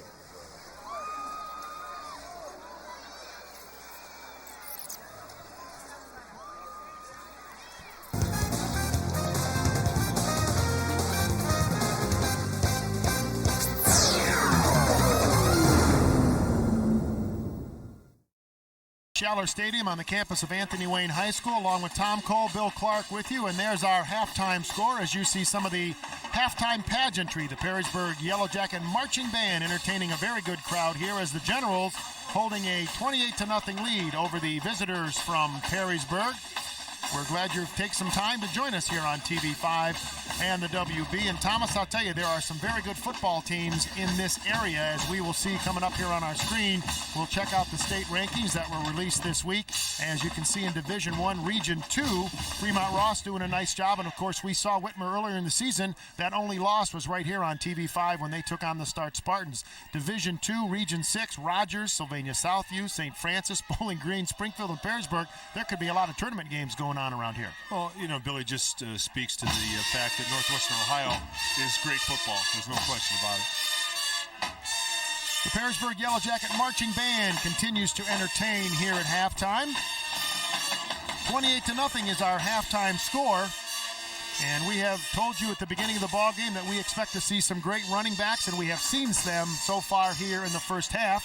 We also expect to see some more good football before our TV5 schedule is over. As you can see, next week we'll be over at Waite as Bowser will be taking on the Wade Indians. Then Springfield will take on Northview on October 20th, and we'll end our season, our regular season, with the St. Francis Knights taking on the St. John Jesuit Titans over at the University of Toledo Glass Bowl. Stay tuned. A visit with Amy Lentz, the band director from Anthony Wayne, comes up after this time out on TV5. If you're ready to start a new career or boost your current one, UT's Business Technology Department offers you associate's degrees and certificate programs in some of today's fastest-growing fields. Let's assume that this is a network of 500... The job market in all aspects of computers and information technology is excellent. UT offers students 3 separate programs of study. The first is networking. Its fast growth has created a huge demand for professionals who understand data communications. Next is programming. Here the student is taught to tailor and develop software specific to an organization's needs. The third area is the software specialist, where the student becomes an expert in operating developed software. The department also offers new technical elective classes in computer graphics. The need for computer professionals is expected to increase by over 100% by 2006. UT also offers programs in business management, accounting, and administrative office technology. Business management is designed to prepare students for supervisory or management trainee positions. Students gain working knowledge of how to understand and supervise their most important resource, people. We got to know what we're spending on our materials, what we're spending. Business owners and managers rely heavily on their accountants to provide them with relevant, understandable information. And here at UT, our classes are taught by experienced, certified public accountants. UT's Administrative Office program trains students to run the most popular office software programs. It also allows them to combine that knowledge with 2 high-paying specialties, legal secretarial and medical secretarial. Here at UT, students enjoy the benefit of the latest technology and a committed, accomplished faculty. UT's Business Technology Department, 530-3284 or www.ucollege.utoledo.edu.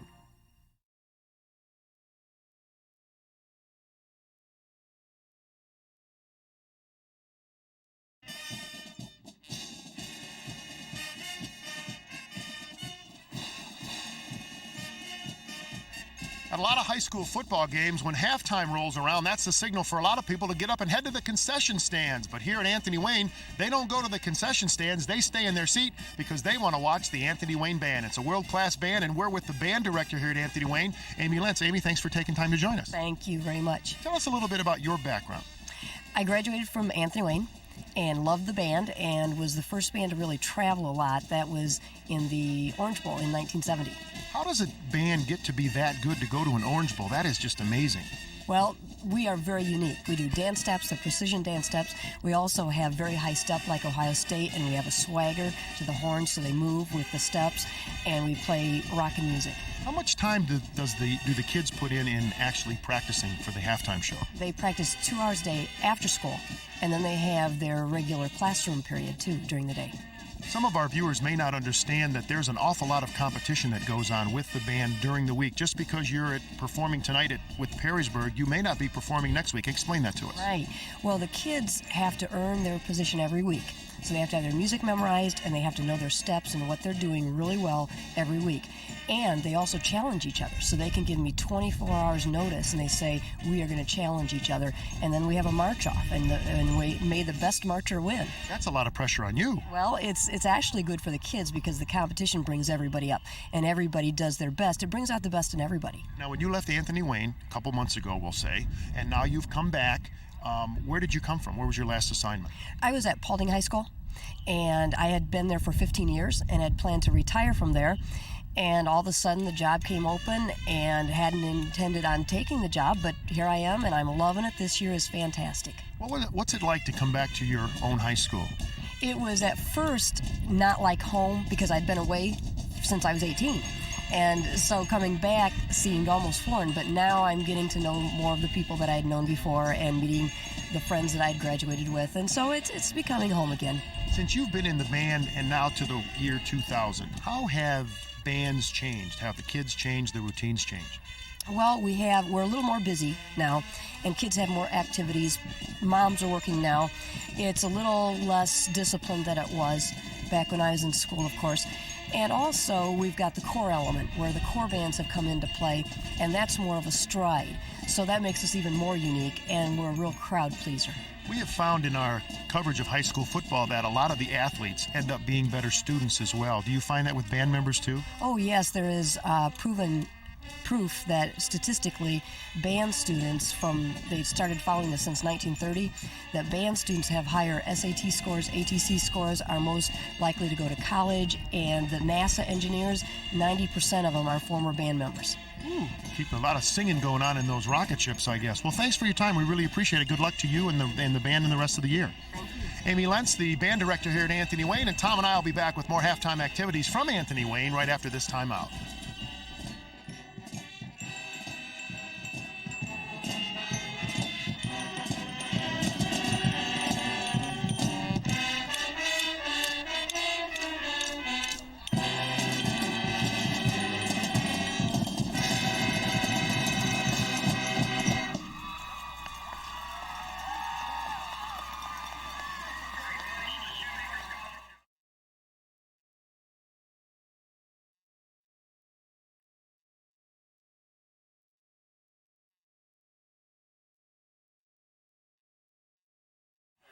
Halftime continues here from Scheller Stadium on the campus of Anthony Wayne High School. The Generals on homecoming night taking advantage of the Perrysburg Yellow Jackets 28-0. And Thomas, this is one game where I think I would have paid to get into watching these bands at halftime. These kids are excellent. Well, Billy, I think there's two shows tonight, the Anthony Wayne football team and the band. And I thought I was the only one that had Dusty Springfield, son of a preacher man, and I've got it in my car, and I enjoyed the heck out of it. They're terrific. Now, great bands on Perrysburg and Anthony Wayne side of the field, and if you look at those numbers, I would think Craig Smith is pretty excited the way his Generals have played in the first half. Well, Billy, what jumps out at you, obviously the disparity in the rushing.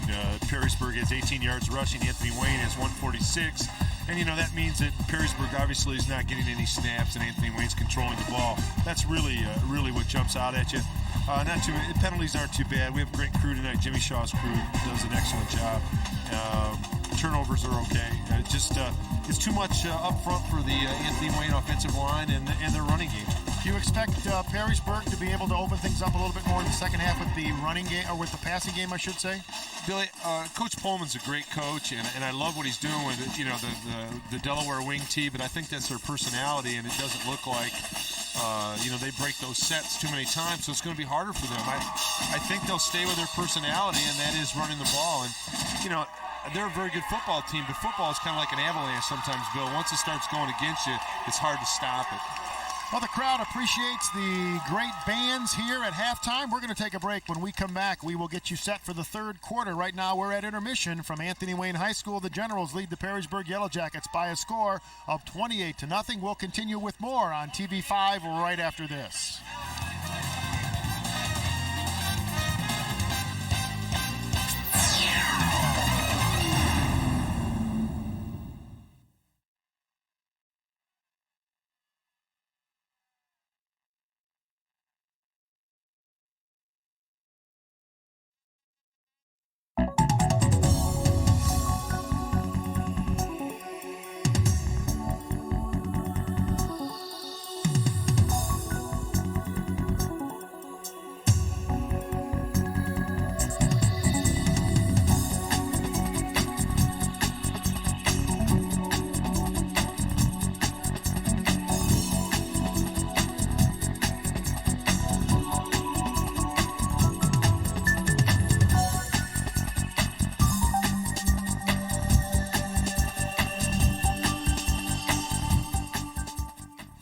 TV5 Sports, the home of the WB, presents High School Football. Brought to you by The Andersons, more for your home. Owens Community College, your success starts here. Subway and your local Subway sandwich shops. Banner Mattress and Furniture, factory direct since 1929. Charlie's Dodge, enjoy the experience. Cellular Central, your authorized Verizon Platinum agent. Allen Miller Jewelers. If she wants diamonds, you want Allen Miller Jewelers.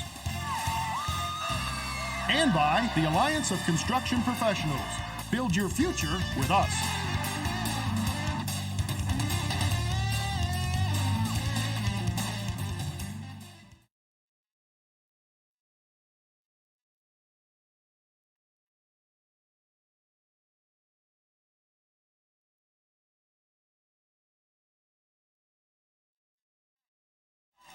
Welcome back to Schaller Stadium. Anthony Wayne High School is our venue, along with Tom Cole. This is Bill Clark. Thanks for making us a part of your day here on TV5 and the Buckeye Cable System. Hopefully you are enjoying not only this broadcast of high school football, but all the games we have brought you so far this year. We'll be talking basketball in about a month or so we are going to be your source for high school sports all year long. So keep it locked right here on TV5 as the Perrysburg Yellow Jackets kick off to the Anthony Wayne Generals. Back to receive it is Ryan Mitchell. He gets it at about the 4-yard line, and he brings it up to about the 18, where he is met and dropped by number 22, Ryan Dunn.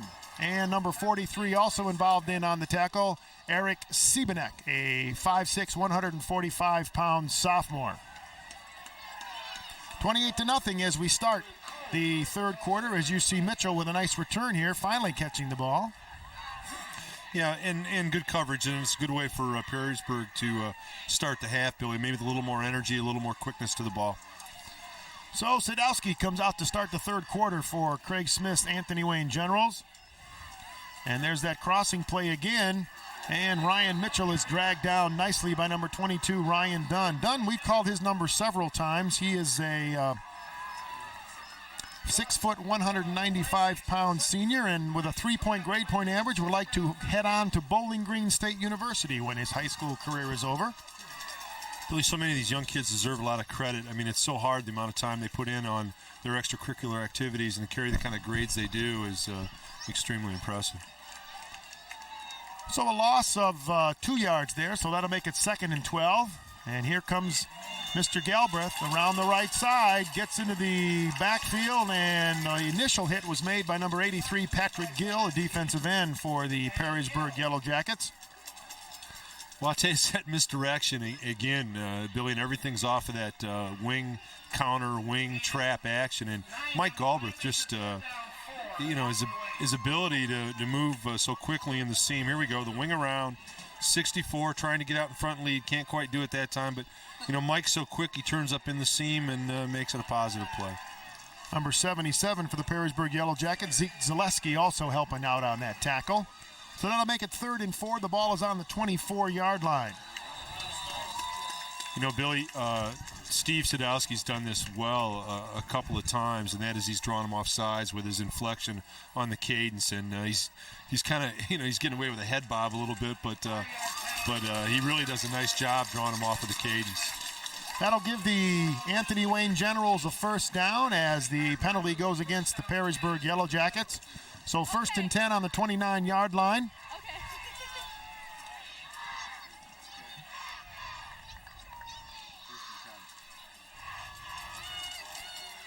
This is Mike Galbraith, gets up to about the 31-yard line. We're going to go down to the sidelines, and we are going to talk to Jamie Dressler. Jamie, how are you? Congratulations. Thank you very much. How are you doing? We're doing just great. So great. What's it mean to be the homecoming queen? Oh, it's just a privilege to represent Anthony Wayne here. I just feel great about it. It's wonderful. We're watching some of the excitement when you were named homecoming queen. What are some of the other things you do here at Anthony Wayne? I'm involved in the cross-country team and the basketball team and the track team. What happens after high school? What would you like to do? Oh, I want to go on to college. I want to go to OU, and I want to become a psychologist. So. All right. Well, stay with us for just a minute as we watch one of your classmates, Mike. Okay. All right. Galbraith gets up to about the 45-yard line. What about the rest of the homecoming court? I would assume you guys are pretty close. Oh, yeah. We're great friends. One of the girls who was up with me, she was then my best friend since actually 5th grade, so I just congratulate her as well. And one of my other friends, Kelly Burson, she's a wonderful person too. Now, is it safe to say you're still all friends? Oh, yeah, we're wonderful. Yeah, of course. Well, listen, have fun at the homecoming dance tomorrow night. Congratulations to you and the rest of the court. Thanks a lot. Jamie Dressler, the 2000 Anthony Wayne High School homecoming queen. This is homecoming, as we said a couple times during our broadcast tonight, and we congratulate Jamie and the entire homecoming court here at Anthony Wayne. And here comes a man who's doing some dancing on his own. This is Ryan Mitchell. Gets out to about the 45-yard line, and he is dragged down by Chris Kernahan. And we've been calling his number an awful lot, Thomas, on defense. He's also a very good running back. We talked about him in the pregame show, but he hasn't done a whole lot on offense because he hasn't had an opportunity. They don't have any snaps, Billy. Anthony Wayne's controlled the ball, but Chris Kernahan saved a huge play there. I'll tell you what, Mike Galbraith again, that swing back around. He's getting ready to break outside, and I'll tell you what, he might be gone if Chris doesn't make that tackle. Excellent play by Chris Kernahan.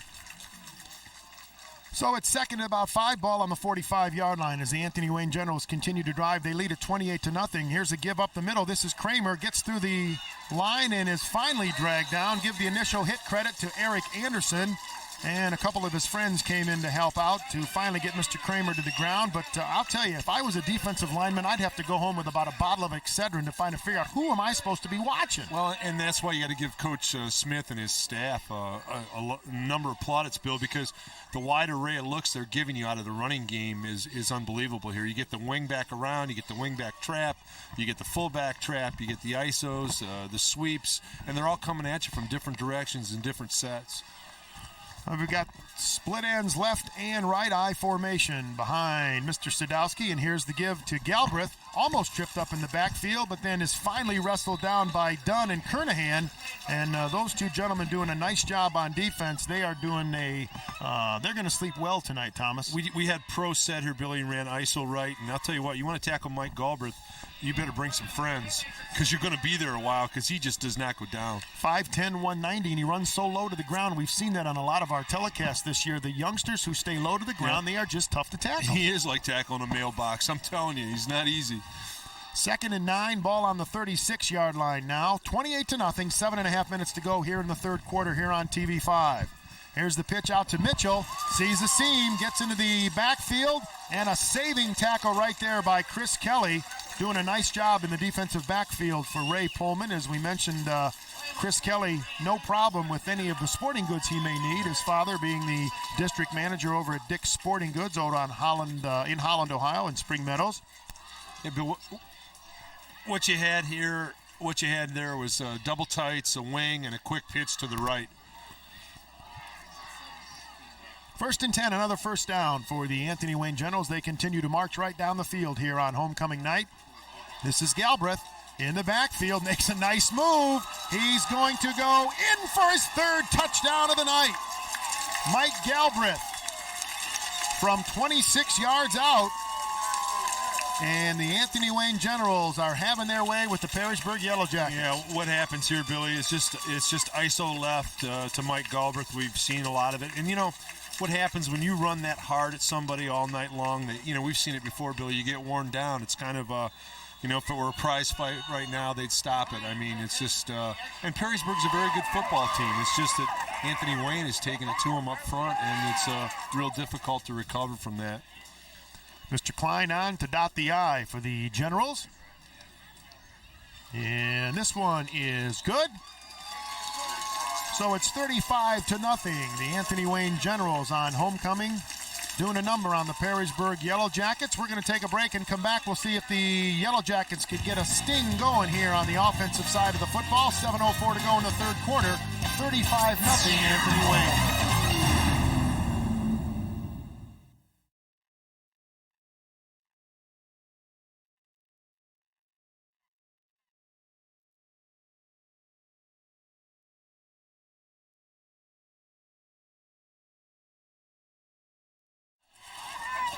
There are the Anthony Wayne cheerleaders. They are trying to stay warm, but it's pretty easy to cheer tonight as their Generals have a 35-0 lead over the visiting Yellow Jackets from Perrysburg, as the kickoff team for the Generals getting some last-minute instructions from the coaching staff. And it's very important, I would think, at this particular juncture of the ball game, Tom, that Ray Pullman and the rest of the Yellow Jackets, he's really got to instill some kind of feeling as we see the scoring drive just put on the board by the Anthony Wayne Generals.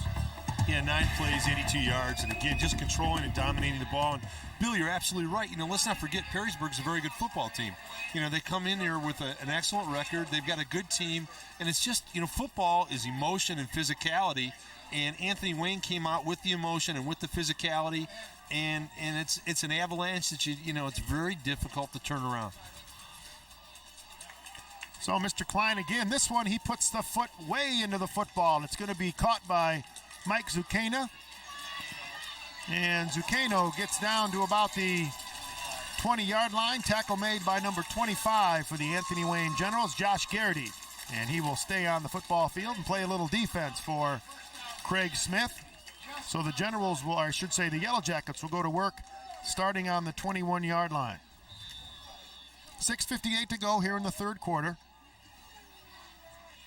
And I want to ask you a question we brought up in the pregame show, and we'll get to it right after this play, as Kelly gives to number 44, Peinert, and he gets up about to about the 26-yard line. We mentioned it in the pregame show, Thomas, about the fact that Perrysburg does such a great job in some of their ball games where they score almost 40 points a game, but then they have problems in other games where they just can't get the offense running. Tonight is one of those examples. Yeah, and why does that happen, Bill? And I'll tell you exactly why it happens is you get whipped up front, and that's what's happening tonight. The Perrysburg offensive line is being beaten to the punch by the D-line of Anthony Wayne. It's as simple as that. And we're going to have, I believe, an illegal procedure call. Unless the defense was drawn into the neutral zone, we will have the officials sort it out. You know, Billy, you brought up a great point. You know, the disparity in size. It's an interesting perspective. The Perrysburg O-line is rather large. I think you had them. What did you have them at 250 average, and Anthony Wayne's defensive line is 182. Huge disparity there, but that goes to show you the energy, the quickness, and the desire. You know, can compensate for that weight differential.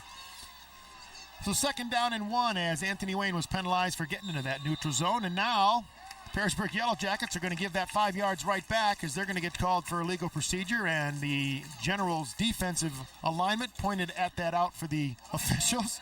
But the officials doing the crackerjack job that they always do. Notice that without any help. So we go right back to where we started again.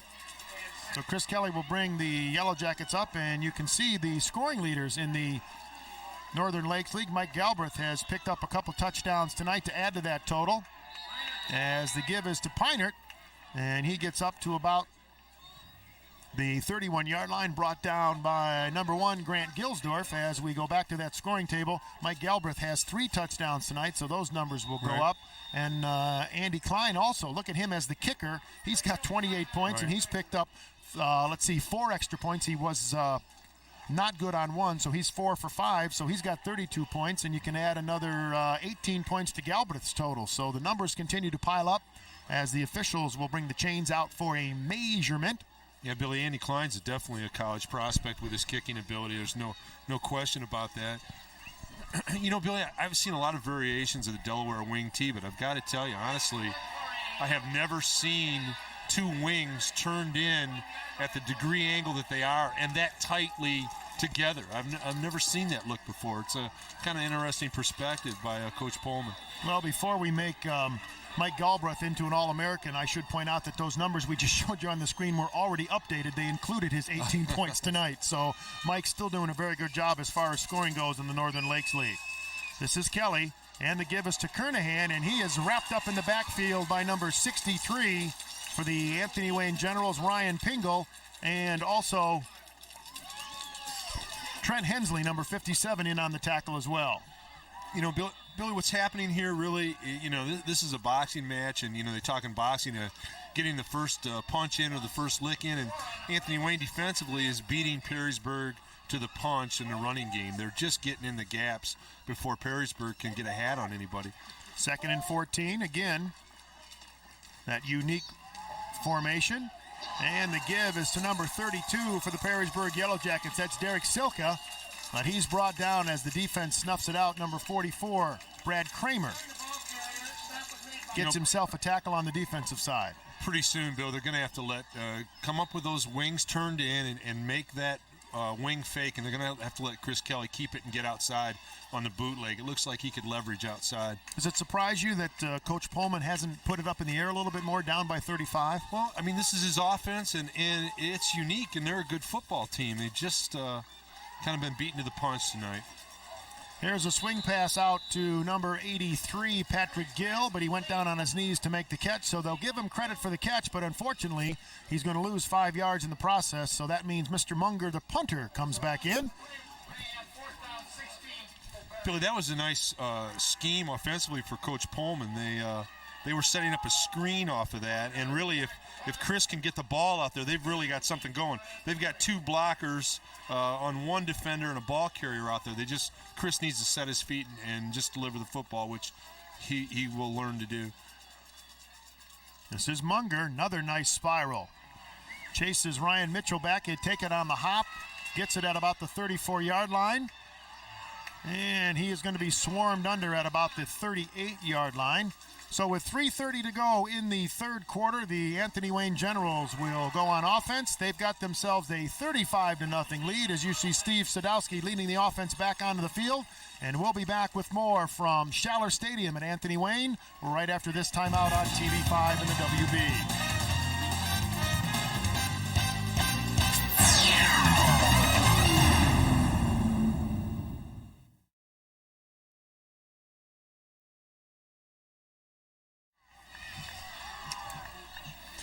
Here come the Yellow Jackets. They start at the 39-yard line.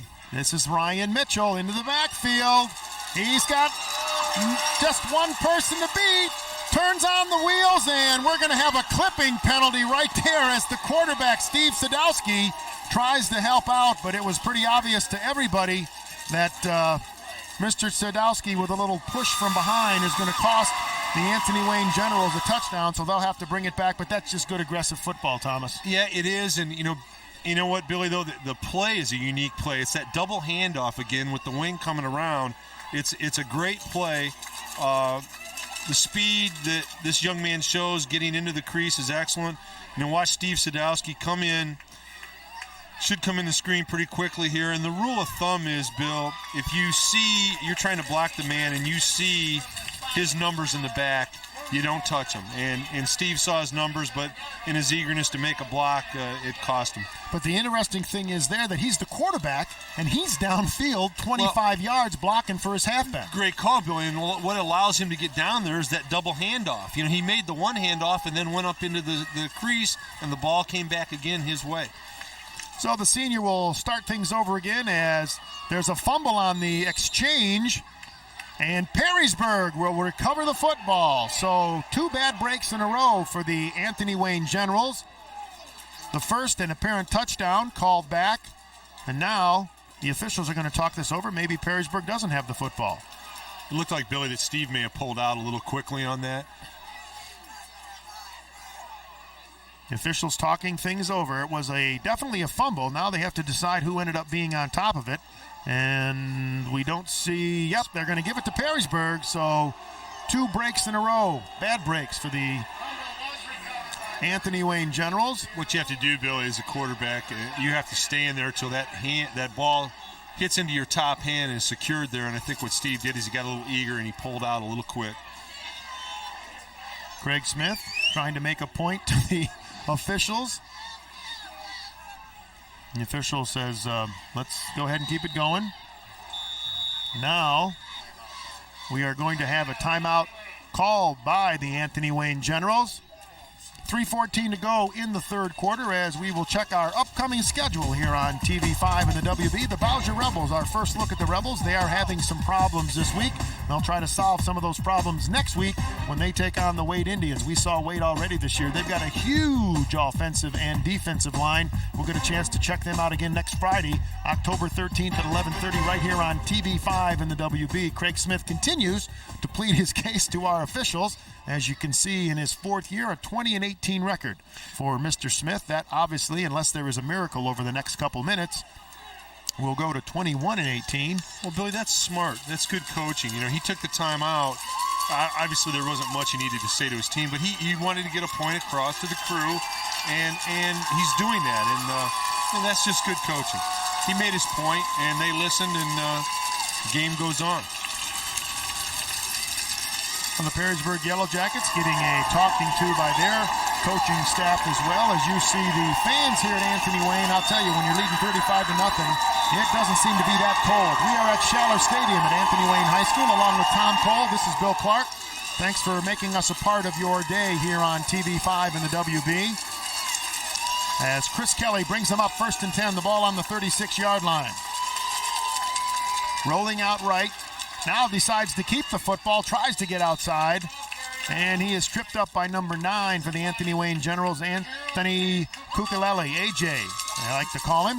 You know, Billy, they ought to do a little more of that. Again, you've got the double tights, the turned-in wings, but Chris Kelly's got some good quicks. They let him get outside, get a little outside leverage, turn it up, and make a nice little gain. They ought to let him get outside a little more off of that.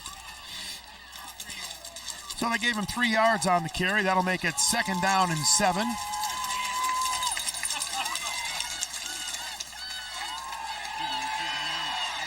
Here's Kelly's pass, and we've got a flag down in the defensive backfield, but the pass was complete. So now we will sort out the laundry on the field. I'll tell you, Bill, it's interesting. I have never seen, in all the football I've been involved in, I've never seen line splits that tight and wings turned in that tight. I mean, that whole offensive set for Perrysburg is within a 7-yard ratio. It's unbelievable. I would think unless you've got extremely quick backs, Thomas, that's got to be tough to get outside, because obviously I would think you can't run inside because everybody plus 3 or 4 of the concessionaires are standing right in the middle of the field. You're sure bringing a lot of people into the box. And the officials continue to try to sort this one out as officials getting a little more camera time here in the 3rd quarter. 2:31 to go in said stanza. 35-0 in favor of the Anthony Wayne Generals from Schaller Stadium. Well, Coach Pullman's a great coach, and he's got an excellent record. And I think what he'll do, Bill, is he'll start to incorporate more. I think you can do that, but I think you've got to break those sets sometimes and get in regular pros and cons and use the whole field, which I'm sure that he will incorporate that. Defensive holding was the call against the Anthony Wayne Generals, so that'll give the Perrysburg Yellow Jackets 4 new downs to work with. The ball moves up to the 46-yard line as the Perrysburg Yellow Jackets try to right the ship, try to get their first score of the night. Chris Kelly getting the information he needs from the sidelines and his coach, Ray Pullman. Okay, now we've broken the set, Billy. We've got a pro formation, so that'll help them out a little bit as far as trying to get outside or even throw the ball. And they pitch it back to Kernahan. He tries to get outside, but he's wrestled to the ground nicely by number 23, Jason Sparks. Jason Sparks, a 5'9", 160-pound junior for the Anthony Wayne Generals. Yeah, see, I think if they do that intermittently, Bill, I think that'll work for them.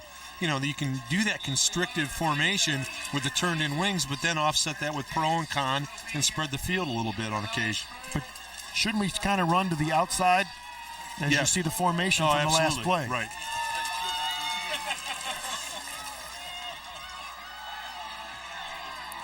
And we are back to live action after you saw that particular formation. It just amazes me when you look at that formation, how many people are packed on both sides of the line in that, constricted area. It's real tough. It's real tough. Well, we continue our record here on TV5 and the WB. We have had a team get into the 30s in every broadcast we've had this year, with the exception of our first broadcast, 21-17 start over Whitmer. Now look at Billy. Look at the box. Look at how many people are within about a 7-yard ratio there. And the give is right up the middle to number 44, Jason Peinert. And he inches closer to the first down. They're about a yard short, so it'll make it 4th down and that yard. And I would assume that Ray Pullman is going to give them one extra shot at getting the first down. Well, I'd like to see him go to that constricted formation now, Bill, and then have Chris Kelly bootleg out, maybe drop the ball off to somebody in a pass-run situation. I think he'd be wide open. Well, you mentioned Chris Kelly has some quick, so yes, if he could does. get outside, it would be a foot race to the end zone. Absolutely. There's the give, and we've got a flag on the play before the play. So we'll find out if it's a legal procedure or if the defense got into that neutral zone again. This has been a pretty clean football game, I say, penalty-free, I should say, in the first half. But, boy, here in the last couple minutes in the 3rd quarter, it's gotten just a little bit sloppy. Well, you know what happens, you know what happens, Billy, is you lose your concentration out there. The game gets out of hand a little bit, and you lose your concentration. Well, the Anthony Wayne Generals get called for that one into the neutral zone. Defense offside, so it'll be a first down for the Perrysburg Yellow Jackets. The ball now on the 32-yard line of the Generals. This drive started on the 36 after the fumble recovery. 28 seconds in running in the third quarter. Here's the split left. And Chris Kelly goes to the short side of the field to Kernahan, and he is brought down nicely by number 44 for the Anthony Wayne Generals. That's Brad Kramer with another nice tackle. Gee, Bill, I really believe that by mixing this up, now they broke the formation set and did a wide sweep toss outside. By going from a wide set to a constricted set, wide set, constricted set, it's going to give them an offensive advantage instead of just staying in that constricted set. The third quarter comes to an end here at Schaller Stadium on the campus of Anthony Wayne High School, and homecoming looks pretty good right now for the Anthony Wayne Generals. They're very happy. They lead the Perrysburg Yellow Jackets by a score of 35-0. We'll be back with the fourth quarter right after this on TV5.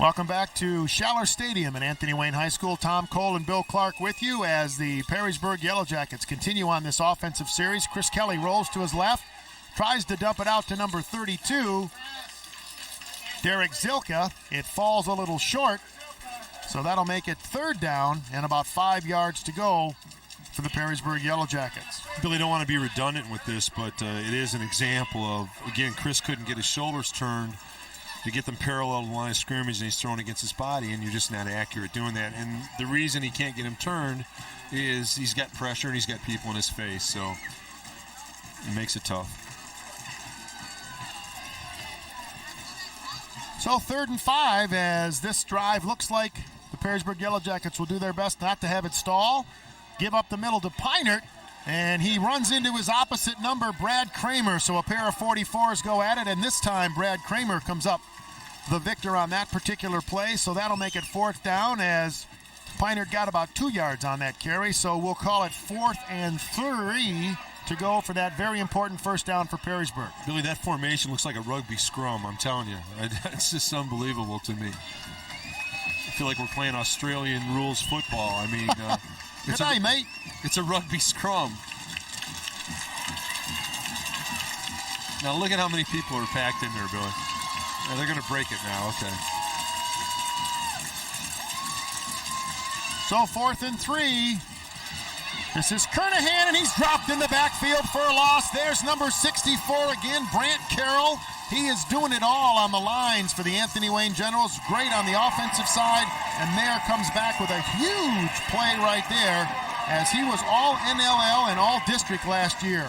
As a football player with a 3.0 grade point average, he knows what he is doing. Yeah, if you took Tommy Fitz and my grade point together, we wouldn't get 3-0. He's done a terrific job. The defensive coordinator, too, for Anthony Wayne has done a fabulous job tonight, Billy. Their quickness to the ball has just been terrific.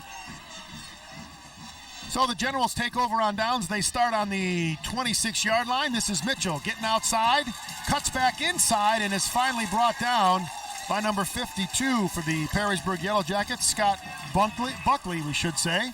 But that was a great cut by Mr. Mitchell, too. I want to tell you what, it was a terrific cut. Congratulations to some of the champions in other sports. Anthony Wayne, the champion of the golf, and Perrysburg, the runner-up. St. Francis wins the City League Golf Championship for the first time over St. John's, a perennial champion in that particular sport. Northview, the champions as far as tennis goes in the NLL. Southview comes in second with Anthony Wayne, Bowling Green, and Perrysburg, third, fourth, and fifth, respectively. And St. Ursula, congratulations to them. They are the champions, the regular season champions of the City League Volleyball. Central comes in second, but both teams will be involved in the City League playoffs, which start next Tuesday over at Waite. St. Ursula will take on Bowser, the number 4 seed in the 6:30 contest, and then Central will tango with Notre Dame in the second contest. Those two winners play for the city championship on Thursday night. We're going to take a break from Anthony Wayne right now. Our score, the Generals lead the Perrysburg Yellow Jackets 35-0 on high school football on TV5 and the WB.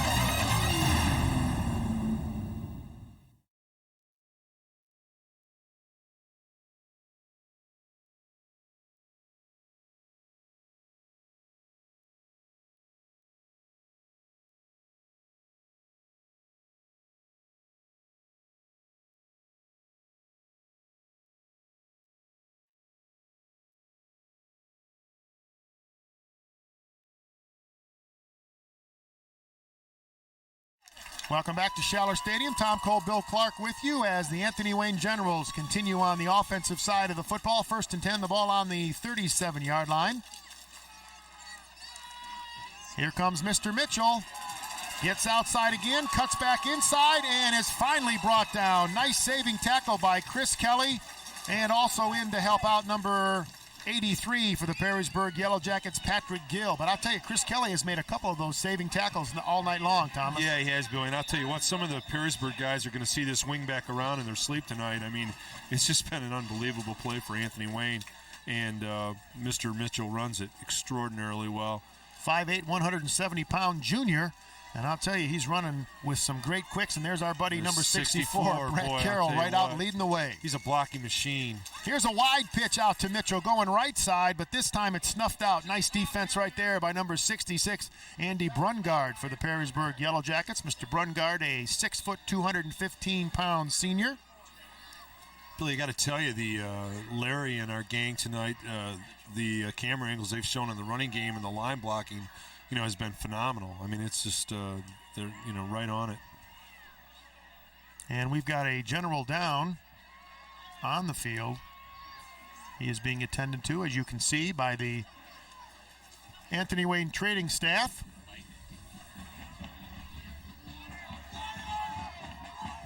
.10 to go here in the fourth quarter. TV5 Sports, the home of the WB, presents high school football.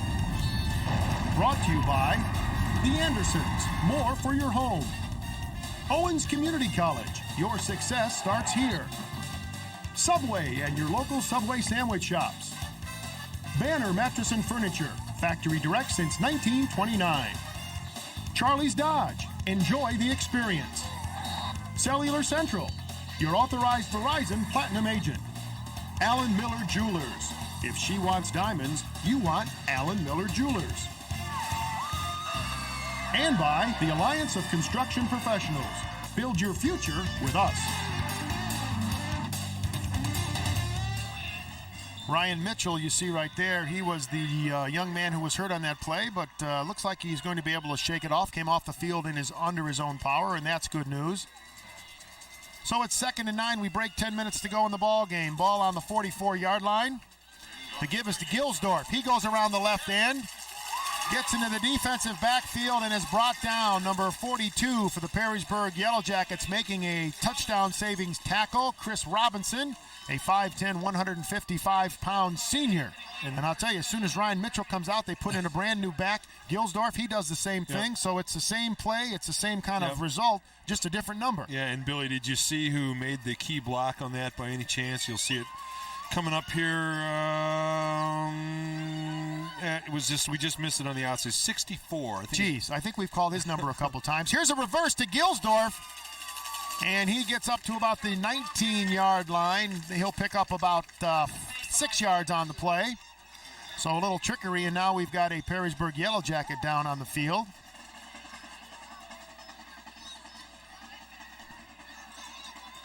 This is an example, Billy, of, you know, two real good football teams here tonight, but one of them is just has so much more emotion, so much more physicality, and quickness to the ball and quickness to the line of scrimmage, and you know, it's all been Anthony Wayne.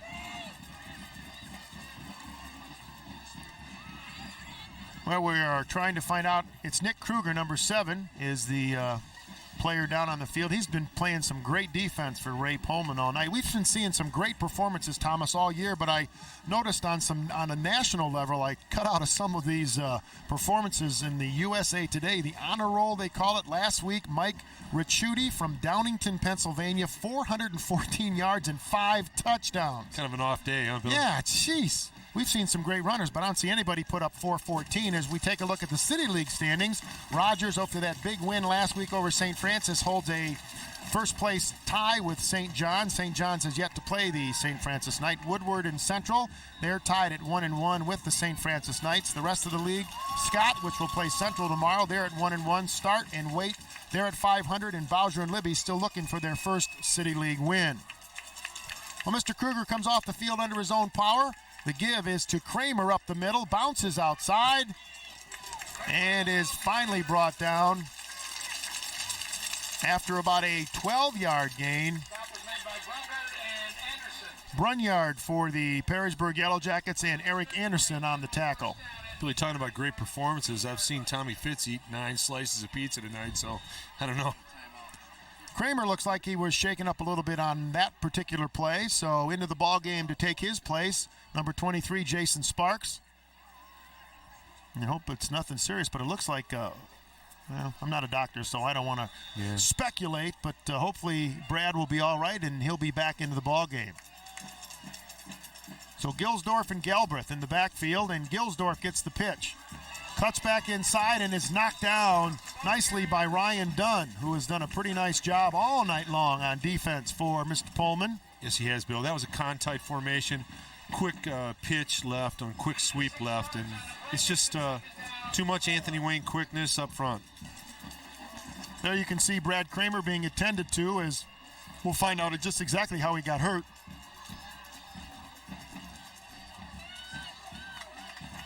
You can't really tell from that particular angle, but he must have landed a little awkwardly on his shoulder. And we've got a flag before the play starts, so that will probably be illegal procedure against the Anthony Wayne General, Steve Sadowski, looking like the child who got his hand caught in the cookie jar, but the officials were right there. Again, the officials doing a great job tonight, keeping the ball game under control, and as always, if we don't have to ever mention their name after we introduce them to you, they're the happiest people around. They would just as soon have these young men control things here, and both Anthony Wayne and Perrysburg, the players on the field, have done that all night long, a compliment to both programs. Absolutely. 2nd and 11, ball on the 11-yard line. And again, flags on the play. I tell you, the wives of these officials are going to have to do some washing, because all of a sudden here in the second half, those flags are getting awful dirty. And it's going to be another illegal procedure call against the Generals. Sadowski runs quickly to the sidelines to get some information from Craig Smith.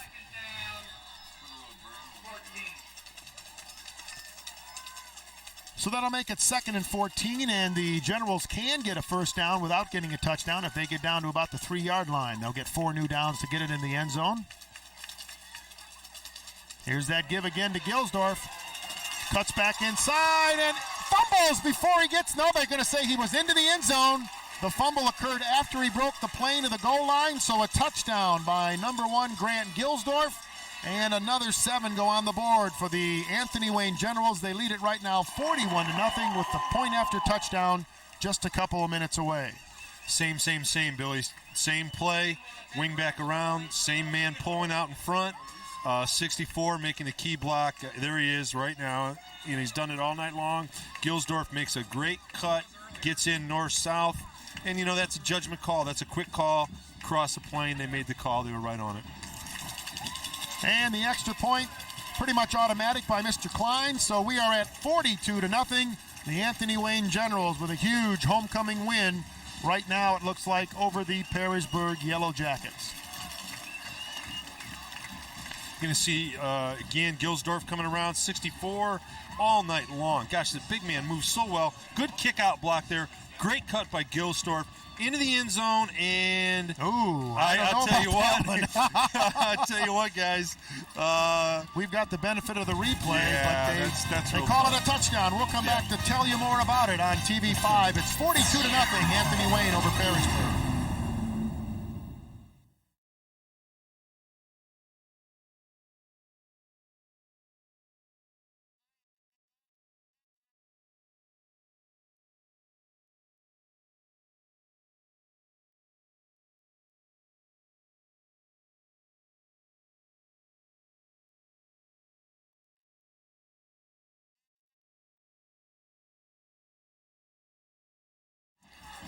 I think Mr. Klein, Andy Klein's going to get a break from soccer practice next week. He's been doing an awful lot of kicking tonight, and he's been doing a nice job with it. And he backs number 29, Mike Zucchino, into the end zone, so it'll be another touchback. So once again, Perrysburg will start 80 yards away from Nirvana. They'll start on their own 20-yard line. Billy, that is such a weapon, Billy. There's got to be a number of colleges looking at this young man. Scoring drive, Anthony Wayne, 8 plays, 31 yards. You know, how many snaps has Anthony Wayne had tonight versus Perrysburg? The disparity's been unbelievable. So here come the Perrysburg Yellow Jackets, number 22, Ryan Dunn. The ball carried on that particular play, and we've got a flag on the play. Usually it's a hold when they throw it from that position, Billy, and all they're doing is running again. They have that constricted formation. They're running a boom-off tackle. They're posting the defensive tackle, driving him down and kicking out the defensive end.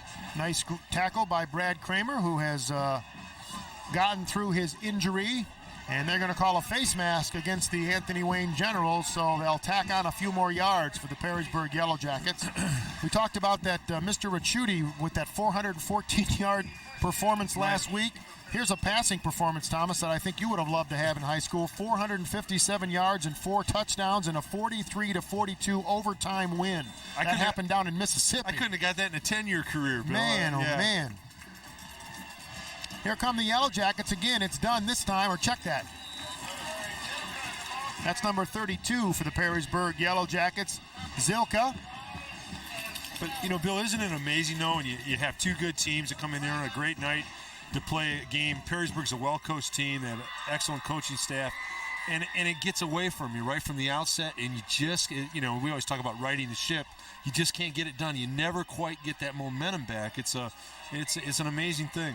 Take a look at the GLL standings. Findlay on top right now with a 2-0 record. Fostoria and Fremont Roche there second place. Whitmer and Clay and Sandusky still looking for their first league win. And Whitmer, we saw them against the Start Spartans lose their first game of the season. They are level right now at 3-3. 7.5 minutes to go in this one before they can put the equipment away and look forward to that homecoming dance tomorrow night here at Anthony Wayne. Here's the give to number 32. That is Zilka again getting the ball. In the ball game now, handling the quarterback duties is Drew Harmon. Most of the time he and Mr. Kelly share the duties, but Chris has been doing a great job both on offense and defense tonight. But Drew Harmon, a 5'9", 160-pound junior, calling signals now for Ray Pullman. Well, I tell you what, Billy, if I was a college scout, I'd be looking at 64 on both sides of the line of scrimmage for Anthony Wayne. This young man has played himself a heck of a ball game. Brant Carroll. And here comes Harmon, and he is spun in the backfield, and go ahead, number 64. He's right there again, Brant Carroll, with a little help from his friends. Number 72 for the Anthony Wayne Generals, Brad Sherman, was in on that tackle as well. Well, they just had a staff meeting in the backfield, Billy, and I'll tell you what, it's a tough way to play quarterback. Once again, we want to take an opportunity to thank both Chip Ebert, the athletic director at Perrysburg, and his head coach, Ray Pullman, and the athletic director here at Anthony Wayne, Paul Holen, and Craig Smith, the head football coach here with the Generals, for all the help they gave our crew in helping us prepare for this ball game tonight. Give up the middle on that, what do you call it, Delaware fly formation? It's Delaware wing T, Billy. Number 37, the carrier there, that's Adam Holloway, and he is brought down almost as soon as he gets the ball. So is that like I've never seen that in high school before. Yeah, it's been around in the 40s and 50s. Delaware College. Oh, no wonder you've seen it before, yeah, man. Well, I'm a lot older than you, Billy. The Delaware Blue Hens, they still run it, a variation of the wing tee today. Mr. Munger back to punt, and good news for the Anthony Wayne Generals. Number 26, Ryan Mitchell, who was injured a little bit earlier, is back in to receive the punt. He does. Falls down on the reception, and they will mark it at about the 42-yard line. So the Anthony Wayne Generals continue to start the offense with some very good field position. We're going to take a break. 5.5 minutes to go in this one. The Anthony Wayne Generals big over the Perrysburg Yellow Jackets, 42-0. We'll be right back.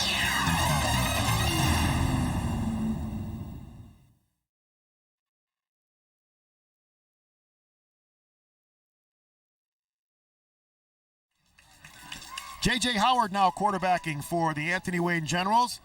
And we will let you know who the ball carrier is as soon as he is uncovered by the Perrysburg Yellow Jackets. Number 29 got that carry. That's Casey Irvine for the Anthony Wayne Generals as Craig Smith starts to put some new bodies into the ball game. Casey Irvine, a 5'8", 155-pound sophomore. And J.J. Howard handling the quarterback duties, also another sophomore, 6'3", 155-pounder. Here's that crossing play again. This time to Irvine, and he gets up to about the 45-yard line of the Perrysburg Yellow Jackets, where he is run out of bounds by number 29, Zucano, I beg your pardon.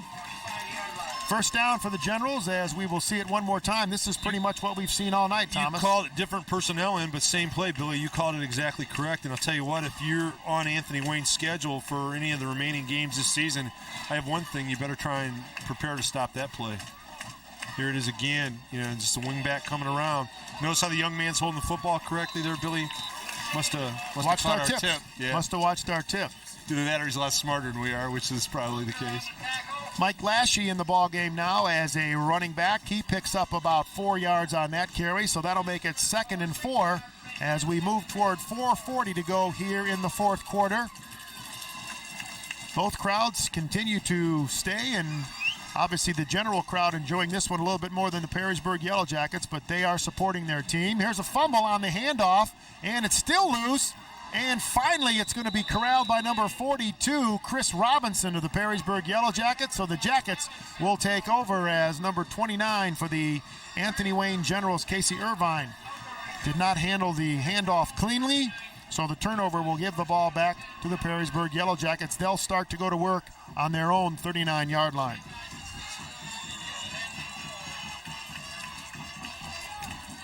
$42-0 is our score. After the first quarter, it was 7-0 after a 25-yard touchdown pass to A.J. Kukulele from Steve Sadowski. Got him on the board, made it 7-0. And then Mr. Galbraith went to work. Back to pass. Here's a lob pass downfield from number 9, who is into quarterback. That's Drew Harmon, just out of the reach of number 42, Chris Robinson. So that'll make it 2nd and 10. Billy, that was just a straight fade. Drew took a two-step drop and threw a pop fade down on the near sideline. And, just a young man, 42's got to stride a little longer, and he'll get to that ball. First quarter ended with that 7-0 score, and then, as we said, Mike Galbraith went to work. A 6-yard run and a 5-yard run got it up to 20-0, and then a 2-yard run by Brad Kramer and an extra 2 points by Mike Galbraith got him up to 28-0, and that got us to the end of the first half. Here's a quick hit up the middle. Number 37 is the ball carrier, and Adam Holloway, a 6', 185 junior for Chris Pullman. In the second half, a 26-yard run by Mike Galbraith. His third touchdown of the night made it 35-0. And then Adam Gilsdorf from 11 yards out got the final score, at least to this point, for the Anthony Wayne Generals. Got us to our 44-0 count. Just a simple fullback smash off the right guard there, Billy. Sometimes in a game like this, Billy, at Perrysburg, sometimes the next day you don't even look at the film. You just kind of put it away and say, hey, we're a good football team, and we had a bad night, and just kind of let it go at that and move forward. Here's Holloway getting outside and doing a nice piece of running, and he's going to pick up a ton of yardage, about 24 yards on that particular carry. Nice run right there by Mr. Holloway. And we talked about this too, Thomas. We had a couple other games on our schedule this year where it was somewhat of a blowout as far as the score goes, and you had mentioned how important it is for the team on the lower end of the score to really try to get some positives before the game ends. Yeah, it'd be nice if Perrysburg can get a score here and absolutely get on the board. It would be important for them. Harmon barking signals, and it's a reverse. Tried to cross him up. Zilka gets the ball this time. Almost gets to the first down marker. He's about a yard and a half short, so we'll call it 2nd and 2. 3 and 15 in running here in the fourth quarter. Thanks for joining us here on TV5 and the WB, along with Tom Cole. This is Bill Clark. We want to take this opportunity to thank our crew tonight. They have been out in the elements all night long, giving you some great shots all night long. Our camera crew working in the cold, and we appreciate all the great shots they've given you. Hopefully you've enjoyed it from the comfort of your living room or family room. Nice play right there, number 29 for the Anthony Wayne Generals. Casey Irvine making up for that fumble with a nice tackle right there for a loss. Billy, if you want to do a look up in the dictionary, the football dictionary, open field tackle, you'd see Casey Irvine's face there. I'll tell you, that was a perfect textbook example of an open field tackle. Drove right through the man. Nice job, Casey. So it's 3rd and 1, the ball on the 29-yard line. Harmon barking signals for Ray Poland. And in problem in the backfield, a fumble on the play. And Perrysburg is going to keep the football, so that'll make it 4th down. Billy, you know what happens there, Billy, when you have all that different crossing action, if those backs are so close together to the line of scrimmage, if you get any kind of defensive penetration, you're handing the ball off to they're in your backfield. I mean, there's no margin for error there at all. 2 minutes to go in the ball game. Drew Harmon has the play given to him by Ray Pullman as the Perrysburg Yellow Jackets will try to get a first down. It's 4th and a long 5-yard. As we congratulate our Cellular Central player of the game, Mike Galbraith, with over 200 yards rushing and 3 touchdowns. He will get a logo t-shirt from the gang out at Team Sports and Cellular Central. And you see our player of the game right there, number 22, did a great job all night long for the Anthony Wayne Generals, and he will get himself that logo t-shirt. We'll get that to his coach at the end of the ball game, and I'm sure he'll be wearing it around school, hopefully. And we want to thank Cellular Central and George Simon and Andrew Grombacher and the guys out of Team Sports as well, Bob Eberle and his crew, for helping us with our coverage of high school football, as we've got a face mask call on the defense of Anthony Wayne, so they will tack on another 15 yards to the end of that play. So the Perrysburg Yellow Jackets in business, looking to get into the end zone for the first time tonight. Tom Cole making his way down to the field. He will have a conversation with Craig Smith as the Anthony Wayne Generals will move to 3 and 1 in league play and 5 and 2 overall, and the Perrysburg Yellow Jackets will drop to 1 and 3 in league play. They will be 4 and 3 overall. So once again, this time, the Perrysburg Yellow Jackets, they pick up a quick 15 on the face mask, and being the generous young men they are, they're giving 5 right back.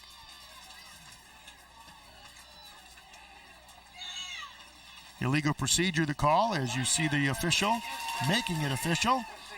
So that'll back it up to the 20-yard line. So that'll make it 1st and 15, a minute and a half to go here in the ball game. The clock starts to run again. This is Holloway again over left tackle. This young man doing a nice job coming in late in the ball game, picking up some big runs for the Perrysburg Yellow Jackets. And we also want to congratulate our sub of the game. He wasn't a sub, he was a starter, and he played a big part in his ball game. Brant Carroll, offense and defense for the Anthony Wayne Generals. There you see Big Brad right there. He's going to get himself a foot-long sub from the area Subway shops. We thank them for helping us sponsor our sub of the game, and I'm sure the amount of work that Brant put in tonight, he will enjoy that foot-long Subway sub. Here's again Holloway over the left side, and he's brought down by number 5 for the Anthony Wayne Generals. Brant Wise with the tackle. So both coaches getting as many young men as they can into this particular game as we are under 40 seconds to go. It's 3rd and 6. The ball is on the 10-yard line. Again, they're trying to cross him up in the backfield. And number 5 makes the tackle for the Anthony Wayne Generals 2 times in a row. Brian Wise with huge tackles to keep the Perrysburg Yellow Jackets out of the end zone for the moment. Backs them off to the 13-yard line. 4th down, and with the event of a penalty, this should be the last play of the ball game. Drew Harmon back to pass, looking, dumps it off to Holloway. He's brought down at the 10-yard line, and that will end the ball game. Our final score, the Anthony Wayne Generals win their homecoming game against the Perrysburg Yellow Jackets. The final score, 42 for Anthony Wayne. The Perrysburg Yellow Jackets were not able to get on the scoreboard. Stay with us. The Alliance of Construction Professional postgame report comes your way in a matter of moments. Tom Cole is on his way down to the field as you see the very happy cheerleaders for the Anthony Wayne student body and that show of sportsmanship after every high school game where the teams congratulate themselves at center field. Stay with us. Tom Cole will have a conversation with Craig Smith, and we'll get through all the statistics of this big ball game. The Anthony Wayne Generals win it by a score of 42-0 over Perrysburg. The ACP postgame report is yours. We're right after this timeout.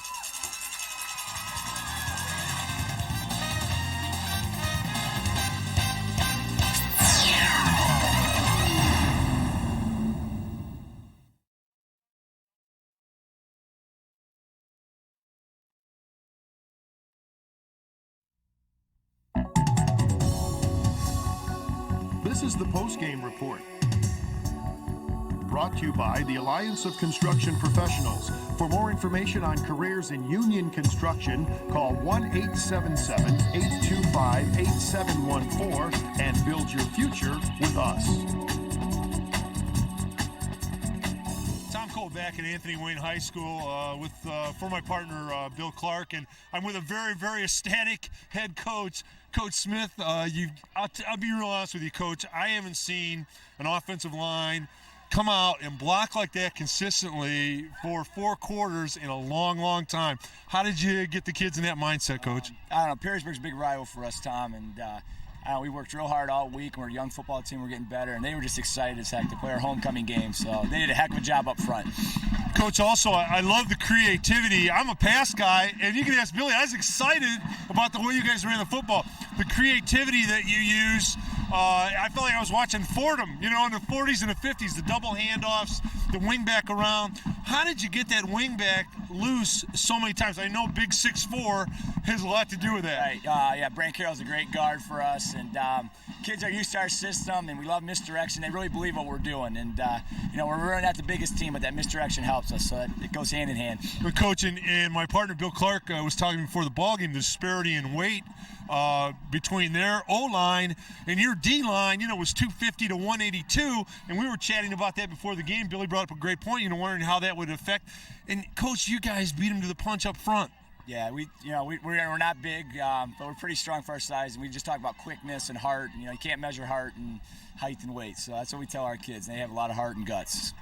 Well, Coach, I'll tell you what, it was a performance of just pure desire, heart, a lot of want to, and I know that comes directly from you and your fine coaching staff. So on behalf of Bill and myself, congratulations to you. Such a wonderful job and your kids, and it was very enjoyable. And we will be back for a post-game wrap-up with my partner, Bill Clark.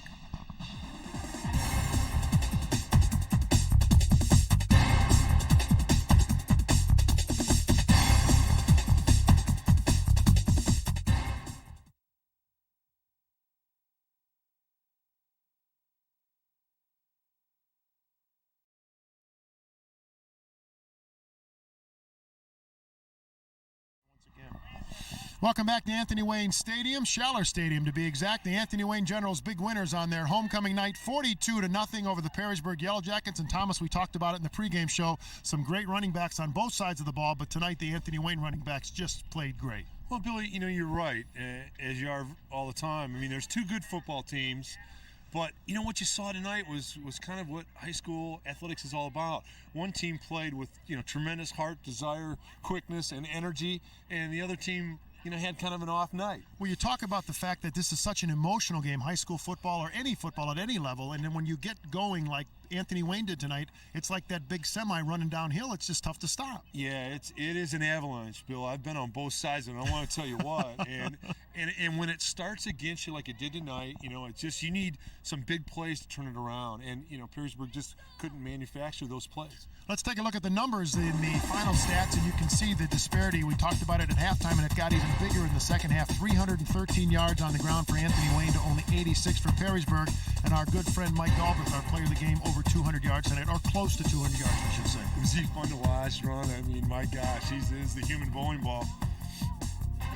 Take a look at the passing yards. Not a whole lot of airborne attack tonight, but the penalties got a little out of line in the second half. They had a pretty clean first half, but again, that's just the emotion of football, I would think. It is, and kids lose concentration also in that situation. And Jimmy Shaw and his crew, we mentioned it a couple times, they do a nice job, and we're so fortunate to get such quality officials on all of our games. I mean, I don't know if people in the stands realize how great the officiating is in Northwestern Ohio. Craig Smith, the head coach of the Anthony Wayne Generals, a great guy. Spent some time with us just a couple minutes ago in the postgame show. You could tell he was just thrilled for his kids, and that's really what high school football is all about. Yeah, and it was genuine. He definitely, you can see, the game is about the kids, and he believes in them, and he's the kind of coach that you want your youngster coached by. That's the Alliance of Construction Professional postgame report. Stay with us. Tom and I will be back to wrap things up from Anthony Wayne right after we take this time out. This is the postgame report, brought to you by the Alliance of Construction Professionals. For more information on careers in union construction, call 1-877-825-8714 and build your future with us.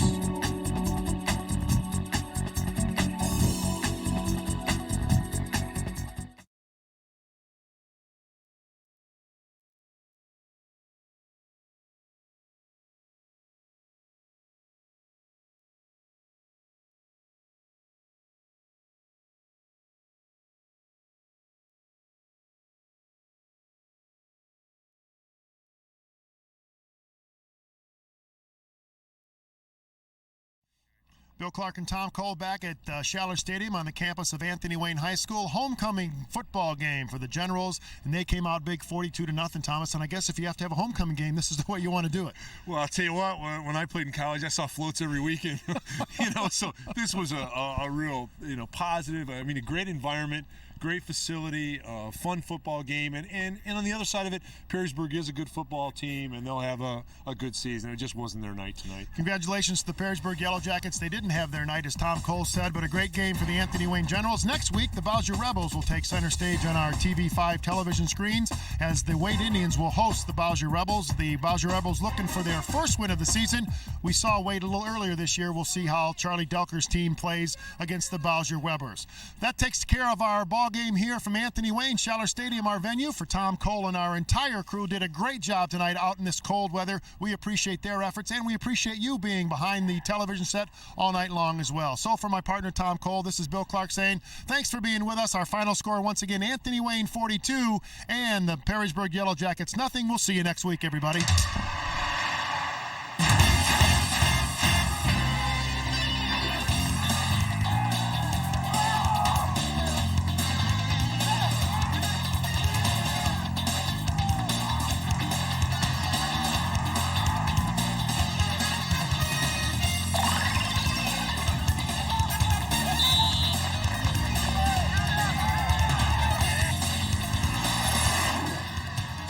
TV5 Sports, the home of the WB, presents High School Football.